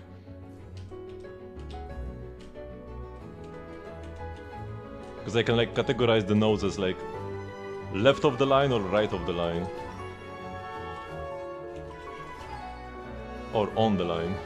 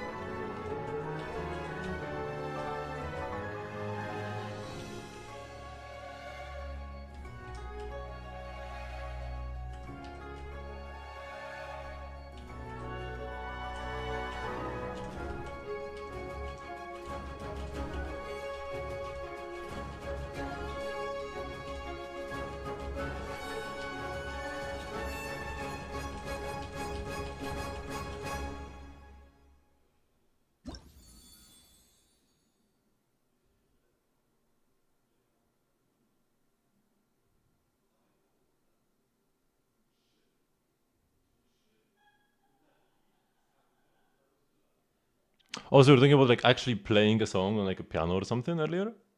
I can't even play any instrument. I'm just a rhythm gamer only.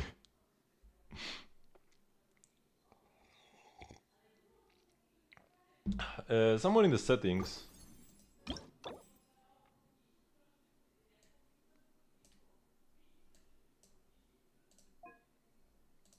Interface styles, maybe no. Or maybe advanced settings here? Yeah, here. You can play like this. But yeah, if you enable note guide, you have the lines, and then if you enable emphasis middle line, oh yeah, like without this, it's pretty scuffed. Emphasis middle line, and then this one and this one are thicker, and they are huge.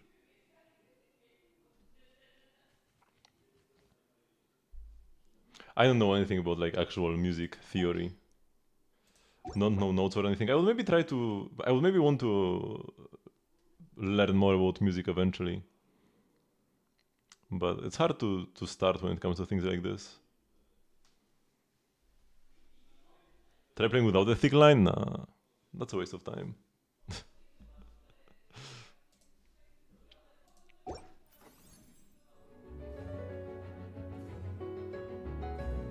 Let's go Tinari, one of the other goated songs.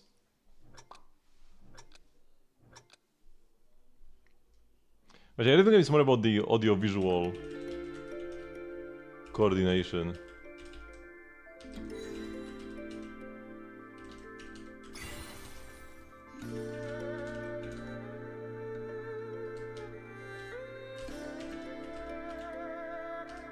You use the audio to know when to press a key, and you use the visuals to know which key to press. So you have to rely on your eyes when it comes to like which finger you press.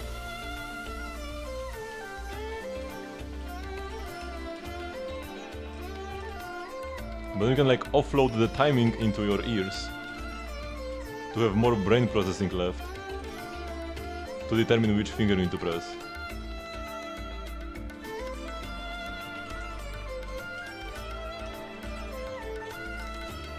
Like I don't look at the line at the bottom when I play. I look at the top of the screen to see in advance where the notes are falling. And when it comes to the timing where I need to press them, I mean, I kinda see it in the corner of my eye, but also I just know from the music when to press them. Like here I could do this with my eyes closed, as long as it was like one key and not multiple.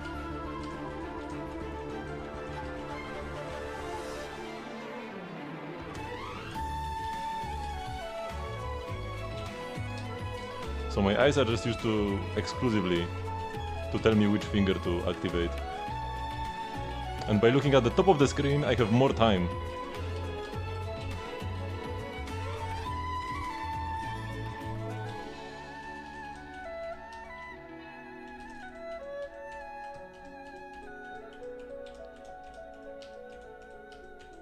I've seen even some players. It was like in Osumania. But it's like the same. Oh, I got some goods here.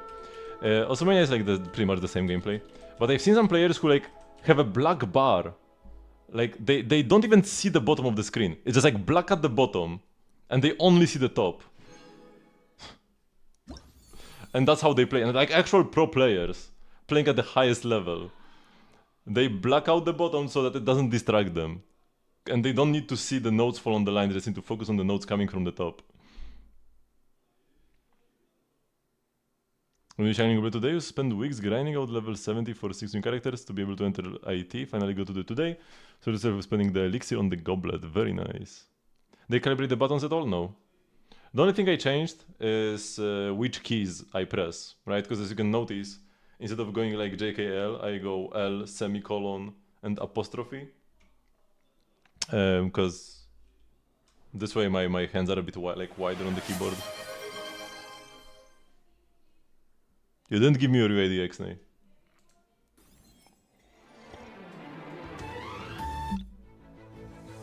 Let's do one more song and I will do a review. We'll make sure the builds refresh.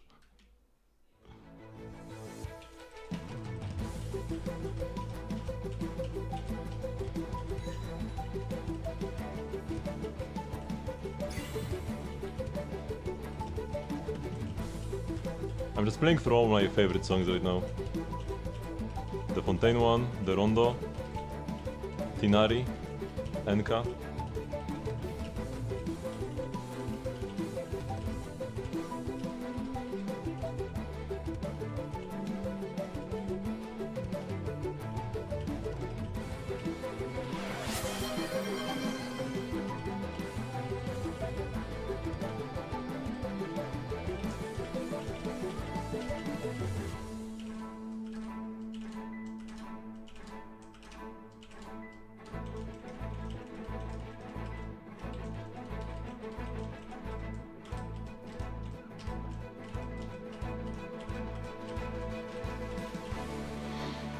Hunters incoming.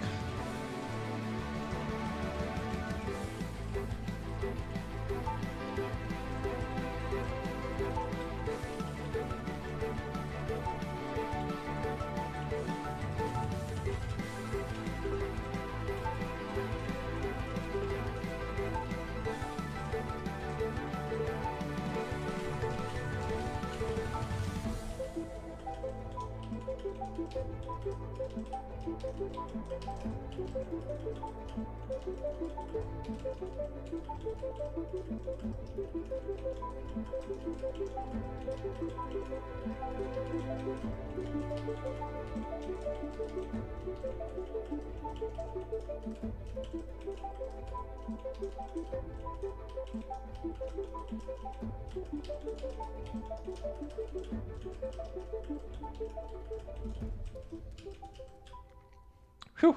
The section here at the end is very good if you want to practice, like, you know, just clicking the right note as just clicking the right key as the notes are falling on different lines, because it has just like a lot of random ones all over the place.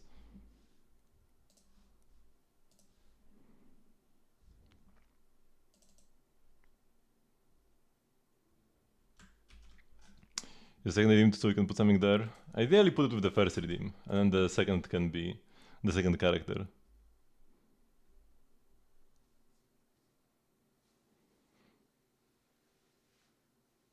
The maps became so unsynced with the song you just gave up and stopped listening? And you must have been playing bad maps. Okay, so Finon and Bronya. So yeah, Finon is now on 136 speed, just slapped a speed through on him, yeah, that's the simplest way to get the speed you need. 100 crit rate if you don't have Sunday or RMC, then this is good. If you have Sunday or RMC though, they give you crit rate, so make sure you are not overcapped then. But yeah, if you don't get any extra source of crit rate, then this is perfect. Almost 100%, and you get crit damage buffs no matter what. The set gives you... Actually no, the set gives you attack. But Bronya gives you crit damage, and so does like almost every other buffer. Yeah, so Final looks very clean. And then Bronya... Oh, she's still slow though. You're supposed to make her like 2 speed faster. What is the extra speed sub? She's like the same, no? No, you have more effect res now. Because yesterday you were at 30, now you are at 51. Nah, she needs to be slower than Final, but faster than 133.3. If you want to maximize actions in one cycle. It doesn't matter all that much, because the hardest mode is Anomaly Arbitration, which has longer cycles anyways. But it's still like a decent breakpoint to hit. And I'm pretty sure you said yesterday that you had like 137 Final and 135 Bronya. But Bronya is like the same. The only thing I can think of is that you got more effect res, maybe. But I'm not even sure about that. Maybe you didn't. Because you need 30. Hello, Molonek. So slower is good, but you want to be as close as possible. Also, that's like, because the extra speed diff, now that Finon is 136, but Bronya is 132, Finon effectively moves at 132 anyways. You want to make her as close as possible to Finon, but slower, right? You might want to leave like a little bit of a gap, because Finon base speed is lower than Bronya's. So if they both get a speed buff, Bronya could outspeed Finon, because if it's a percentage speed buff, Bronya would get buffed more, because her base speed is higher. So like maybe you would want to not be like as close as possible, but you do want to be at least 133.4.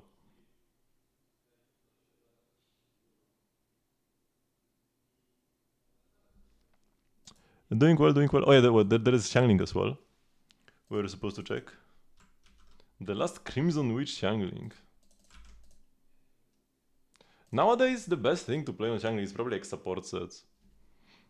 Like Noblesse. Instructors. You can still play Xiangling as a carry though, it's not terrible. So she is maxed here. Level 7 Global, level 10 Pyronado, that's good. The catch, solid 4-star. If you have any 5-stars though, because sometimes people think that the catch is like the most go-to weapon of all time or something. But there are some like gacha only 4-stars. Like Wave Striders, Finn, or just some 5-stars. Like any of the generic 5-star stat sticks. Stuff like Engulfing or Homa. They can be better than catch, because higher base attack and just more stats. But catch is good. I'm not saying catch is bad. I'm just saying sometimes people overrate the catch and play it over 5-stars that are collecting dust. Very low attack, but you get Bennett. So that's not that big of an issue. You do have some nice EM though for the vapes. 61 to 148 creative damage, pretty solid. A bunch of ER at over 200, so you should be chilling even in pretty... in teams that are tight on ER otherwise, on energy particles. And yeah, the goblet is very lovely. Oh yeah, this is 18 crit rate, and you do need this crit rate. And this is a 4-liner as well. And got the ER, man, yeah, this is an amazing goblet. Oh yeah, the catch gives you a little bit, yeah, catch gives you 12 extra, so this is 73 to 148, yeah. Even forgot about that. Even without the catch crit, this is already good. But with the catch crit, even better. You have R2 Wave Breaker, so probably not better. It might be very, very close. If you don't need the ER, because in some teams you do not need 200. So if you don't need the ER in this much ER in your team, then just changing to Wave Breaker would be better. Because, you know, just like an easy way to lose some ER and change it into more offensive stats.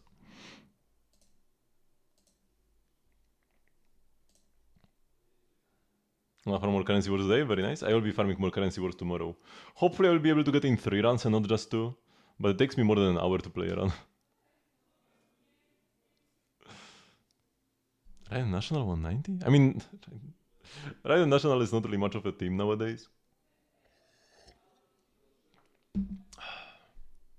You'd sooner play her with like Molani or Kinish, but I guess in those teams you don't react, you don't play EM.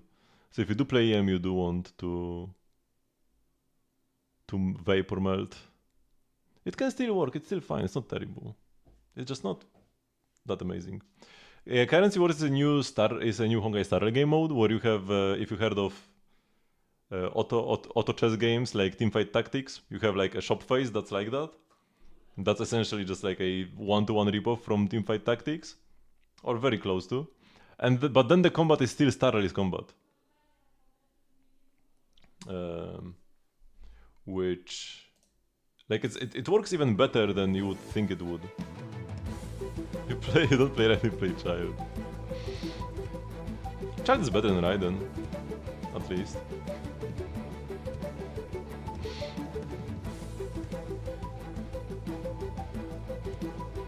Let's do Chasing the Rainbow.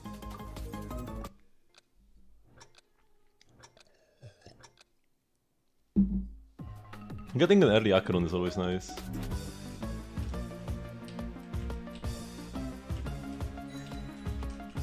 But you kinda need Pela as well. Acheron without Pela kinda would be sassy.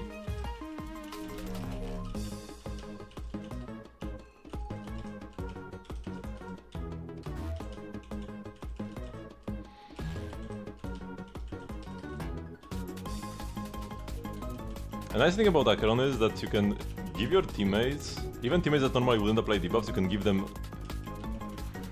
equipment that applies debuffs, like applies fragility whenever the character attacks, there are a couple items like that. And you can make like your Tribi or Hyacinth apply debuffs with every hit.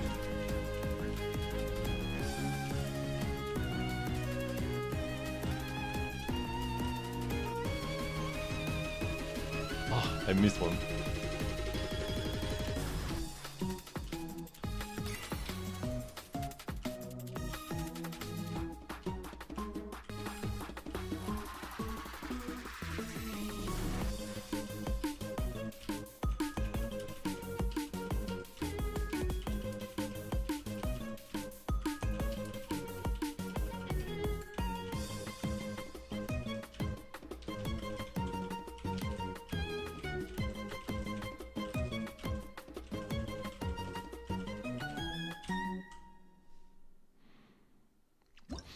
Yeah, so excited for the creep ups, so am I.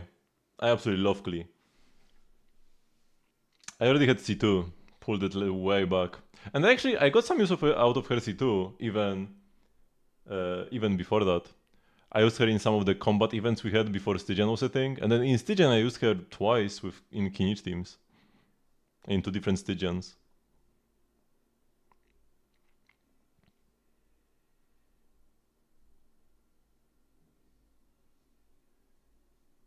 And you can get a free topaz. Oh yeah, that's huge. If you can just survive until then.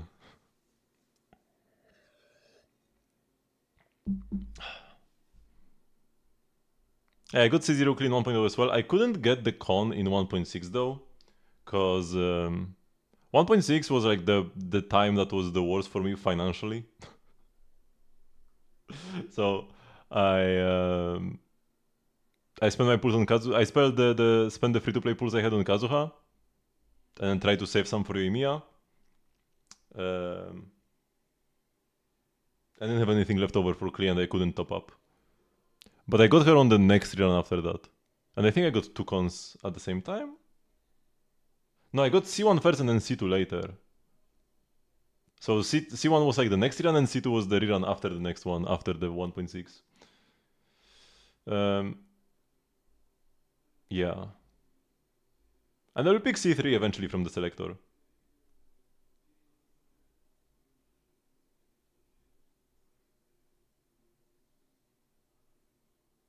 You clicked the wrong banner. I had a click the wrong banner situation once or twice, where sometimes what I would do is I would try to pull for the weapon, but I pulled on the character banner instead. Something I would do is I would be on the like weapon banner, I would close the banner, do some things, check some stuff, then come back, open the top up, or open this, and then like for some reason I would be on the character again. Like now I was on the weapon banner, but maybe it wasn't always like this. I remember I would like close the banner, open it back up, and just click 10 pull, and it would open the character banner for me instead of the weapon banner. So that happened to me like once or twice. But I don't think I ever like pulled something I didn't want to pull. I don't think I ever got a con. It was just like, whoopsie, I was supposed to pull the weapon, but now I spent some pity on the character banner. So I never had an actual whoopsie when I pulled the 5-star by accident. On the wrong banner. 生死には掟があり、天地には断りがある。 Dan TL? Do you mean PT? It scales with attack.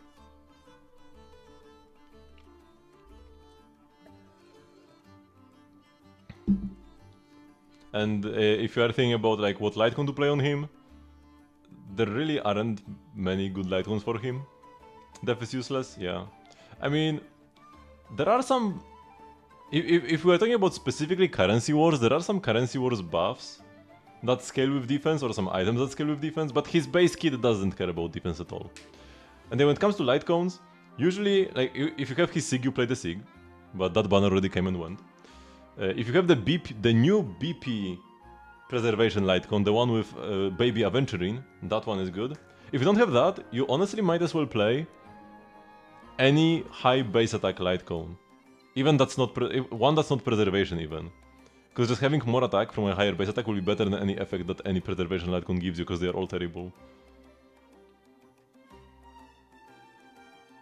So like stuff like Wheel Wildfire is yeah, I don't know.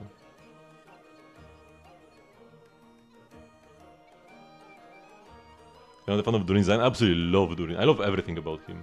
What I love about Durin the most is his lore. And the like character arc he went through. That's like my #1 most loved thing, but I love everything about him. The design as well. I might have a Durin on my wall next to this island one day. But I will see. Okay, maybe let's play this.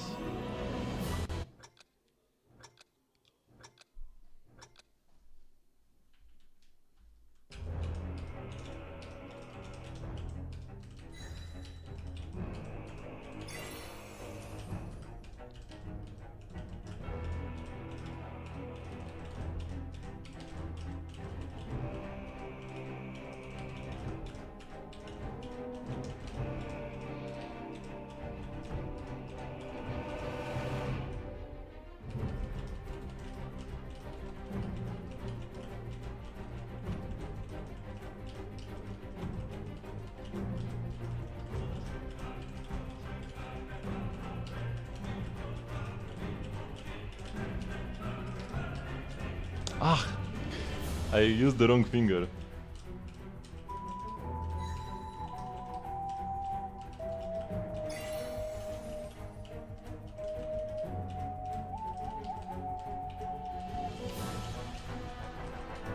Happens to the best of us.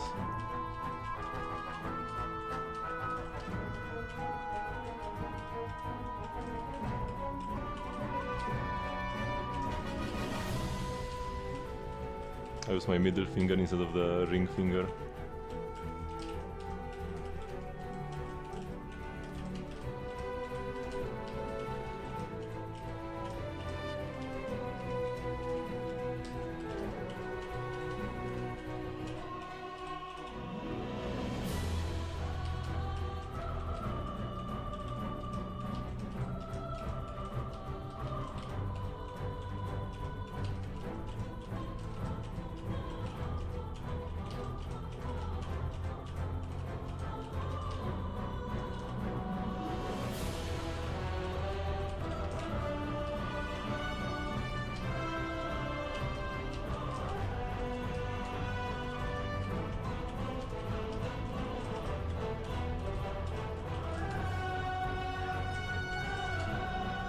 Ooh, I missed a note here as well.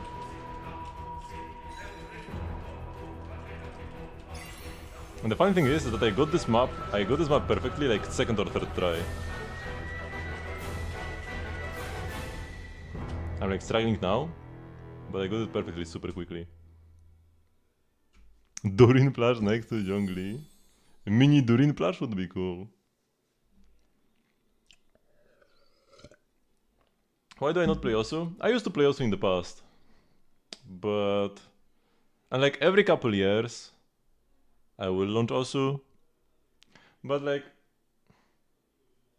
I enjoyed Osu when I was going all in on that, when I played Osu like every day. I don't really enjoy Osu if I'm just gonna launch it once every couple months and play 2 games. I have to go all in or not at all. You know? And it's hard to play something every day. Especially when I already play the gacha games every day. If I wasn't spending 3 hours per day playing Genshin / Starly / Zenless, plus like even more time to do all the dailies, maybe I spend like 3.5 hours playing gacha games every single day. If not for that, maybe I would have more time for stuff like Osu. Just play casual, I don't enjoy games like that when I play casually. It's just not fun to me at all.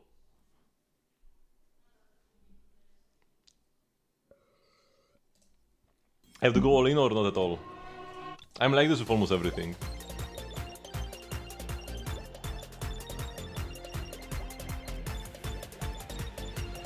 Okay, let's practice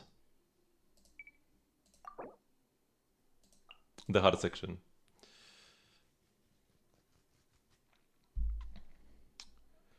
Same like the Genshin rhythm game, if I wasn't going to like perfect every map, I would probably just go for the rewards and not play at all. If the maps were actually too hard for me to play perfectly, and I couldn't get all plat, I probably would barely play them at all. I would not be a rhythm game enjoyer like that. I'm incapable of being a casual gamer. It was a similar issue for me with Super Smash Brothers. It's a super fun game that I would love to play more. Oh yeah, this is the part. Yeah, this is the part that's difficult. You go like left to right, and then right to left. And this one random... Oh, let's mimic. And this one random node here. Like you go left to right, and then right to left, but then this. What is this doing here? This is one of the nodes that I'm missing very often. So yeah, like, when it comes to Super Smash Brothers, I couldn't get good enough at the game to actually try to be like, you know, have success in ranked matches. But I couldn't enjoy it casually either. So even though it's a super lovely concept and I love Nintendo games and like a game where all the Nintendo characters fight together, super cool, I just couldn't get into Smash too much.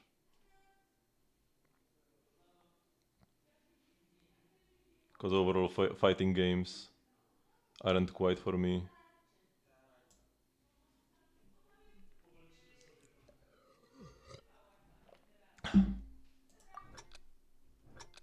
Okay.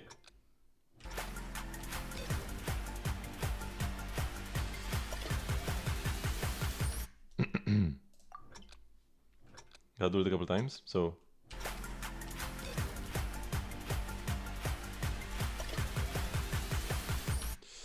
The hardest part is the 2 ones in the middle. You press them at the same time. You don't go 1, 2, 3, 4, 5, 6. You go 1, 2, 3, both of them at the same time, and then 4, 5. That's the hardest part about this. It's hard for my brain and fingers to execute on that.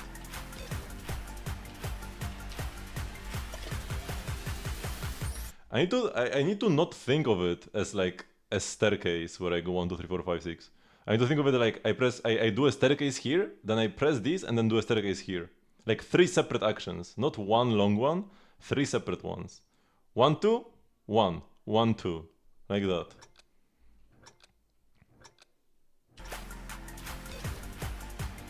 No, I couldn't. Okay, I wasn't ready. I start from the left, not from the right.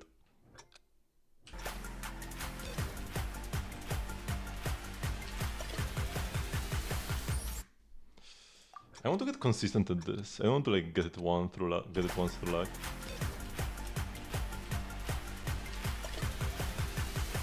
Okay, it's getting better. It's still bad, but it's getting better.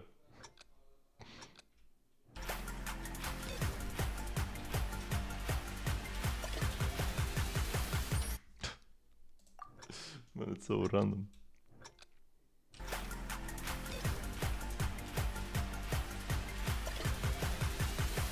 Okay, this was good. I still had a miss. But yeah, I just need to like lock these two fingers together in my head, right? Just like always press them at the same time for that one section.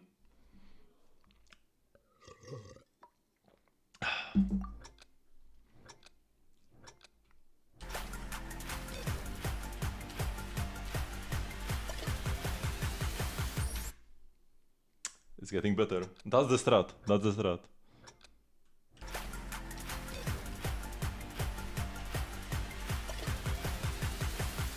Just got one good. And no misses.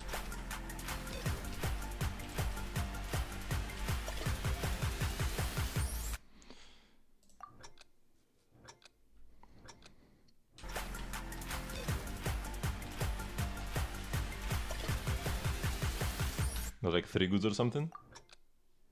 The section that like right after the staircase is also hard.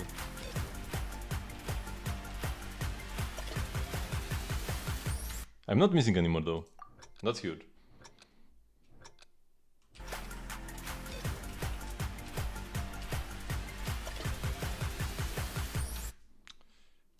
Yeah, that's it was that simple.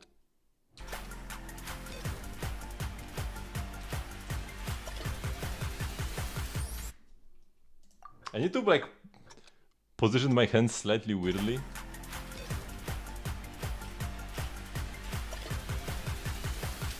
I missed something on the way, but I think I got 0 goods, just like 1 miss.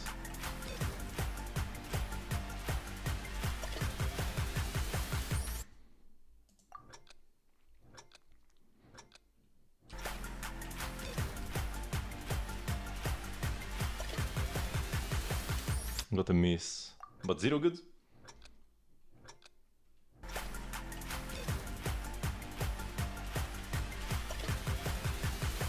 No miss, but a bunch of goods this time. Where am I getting the misses and goods? Everywhere. But I'm missing at the same time because I always get like 13 combo at the end. So it's always one node I'm missing. Right? Again 13 combo. What am I missing? The one on the left?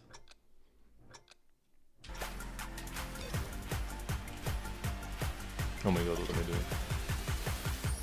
Hey, different combo, 28.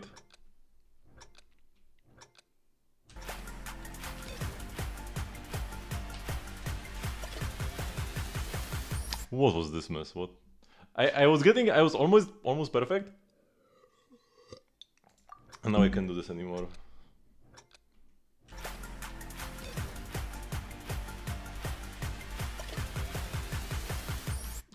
This was a disaster. This is exhausting. Oh my. Like my fingers are legit tired from spamming this section. Especially this part on the right here. This part on the right where I go from the left staircase to the right staircase. And I go like these two. And then this.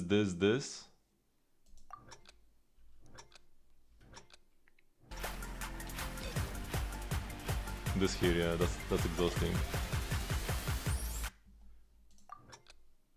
To do over and over.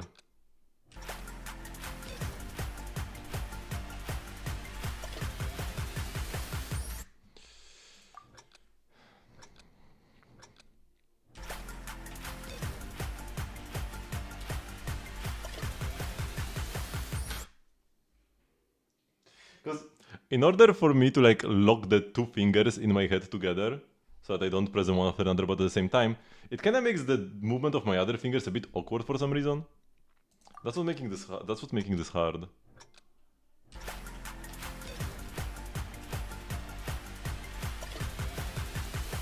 Okay, no misses finally. Still a bunch of goods though.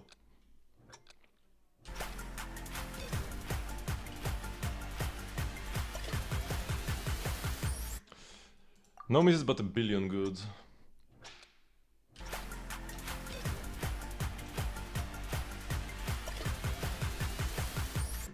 Again. I'm just losing the rhythm.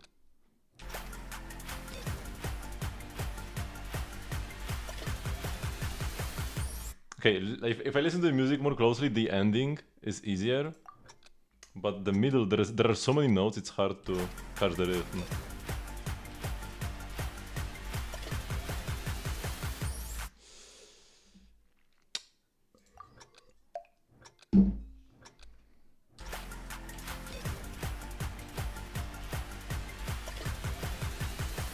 Okay, I'm tired of this.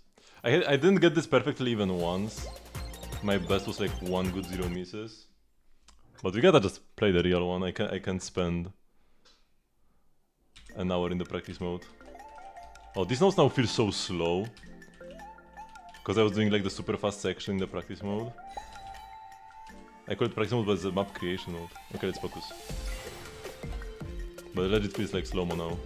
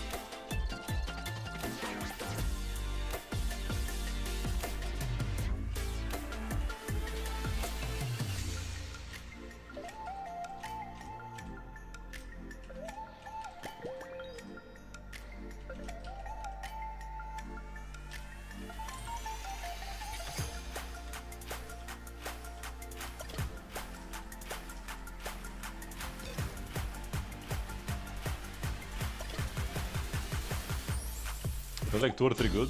Not bad though.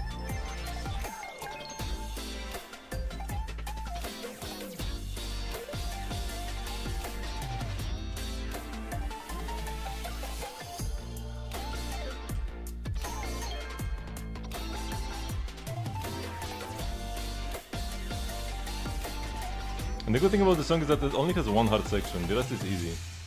Unlike Plum Meow Meow, which had like 3 hard sections. Because the other song I really struggled with is Plum Meow Meow, and for a similar reason. I'm fairly consistent at like just generally pressing the keys correctly. But these very tricky sections can get me, and Plum Meow Meow had like 3. Plum Meow Meow had 3 very tricky sections. This one has 1 very tricky section. It's trickier than anything that's in Polumnia Omnia, but there's only 1, not 3, so that's why it's better. I just cleared it once and I'm done. In Polumnia Omnia I could do 2 out of 3 and still lose on the 3rd one. Nah, they're not really jittery. It's just tired, you know? I kept repeating this very hard section over and over, so it's not surprising my fingers got a bit tired. Oh. Actually, we are making progress. I feel like 2 or 3 more sessions like this, and I'm gonna get it perfectly. And this is the last song left. Once I'm done with that, I'm done with the entire rhythm game until they do an update. And this will be the first time ever I will be done with the entire rhythm game. Because I only cleared Polumnia Omnia after the new batch came out already. So I never had everything cleared, even though I cleared everything from the first batch already. From the first and second. Wait, there were 3 batches so far, right? Or 4? 3. 4? Wait.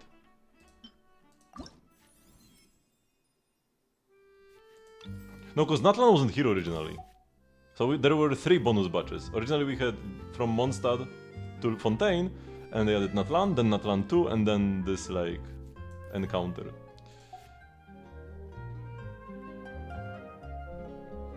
Which I only cleared everything, every one of these after this has already come out, unfortunately. So I have never been able to claim that I cleared every single song. It's always every single but one. But at least it's a different one. If I was still sitting and struggling with Polumnia Omnia, I would go insane. But I already cleared Polumnia Omnia, I don't have to play that ever again. And now I'm struggling with a different song. Which is way better. It's way better this way. Okay, have I done everything quickly that I need to do?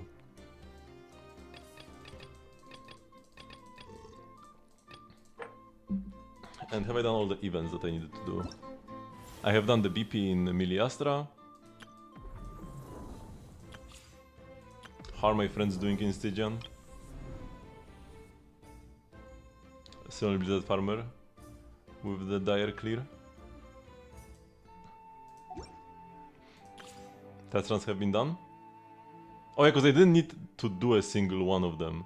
They were just all automatically completed. That's why they are done already. But yeah, nothing is ending this week actually. Not even the heated battle mode.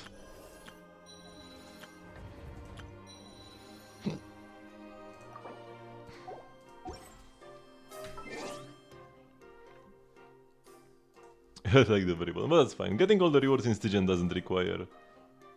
Like, you don't need to clear the highest difficulties to just get the Primo Gems. So, it's the most sweaty mode and the most chill mode at the same time. Which I feel like is very good. Like, it's good design. To make the most sweaty mode the one where you get your important rewards the easiest. What am I doing? Okay. So, thank you everybody very much for watching, but this will be the end of the stream for today. I do have a stream every single day at 8 PM CET, which is 3 hours before now. I'll be playing some Star Rail tomorrow. We'll be grinding Currency Wars. Wait, unable to raid the person. What? Did they just end their stream or what? Okay, maybe this one.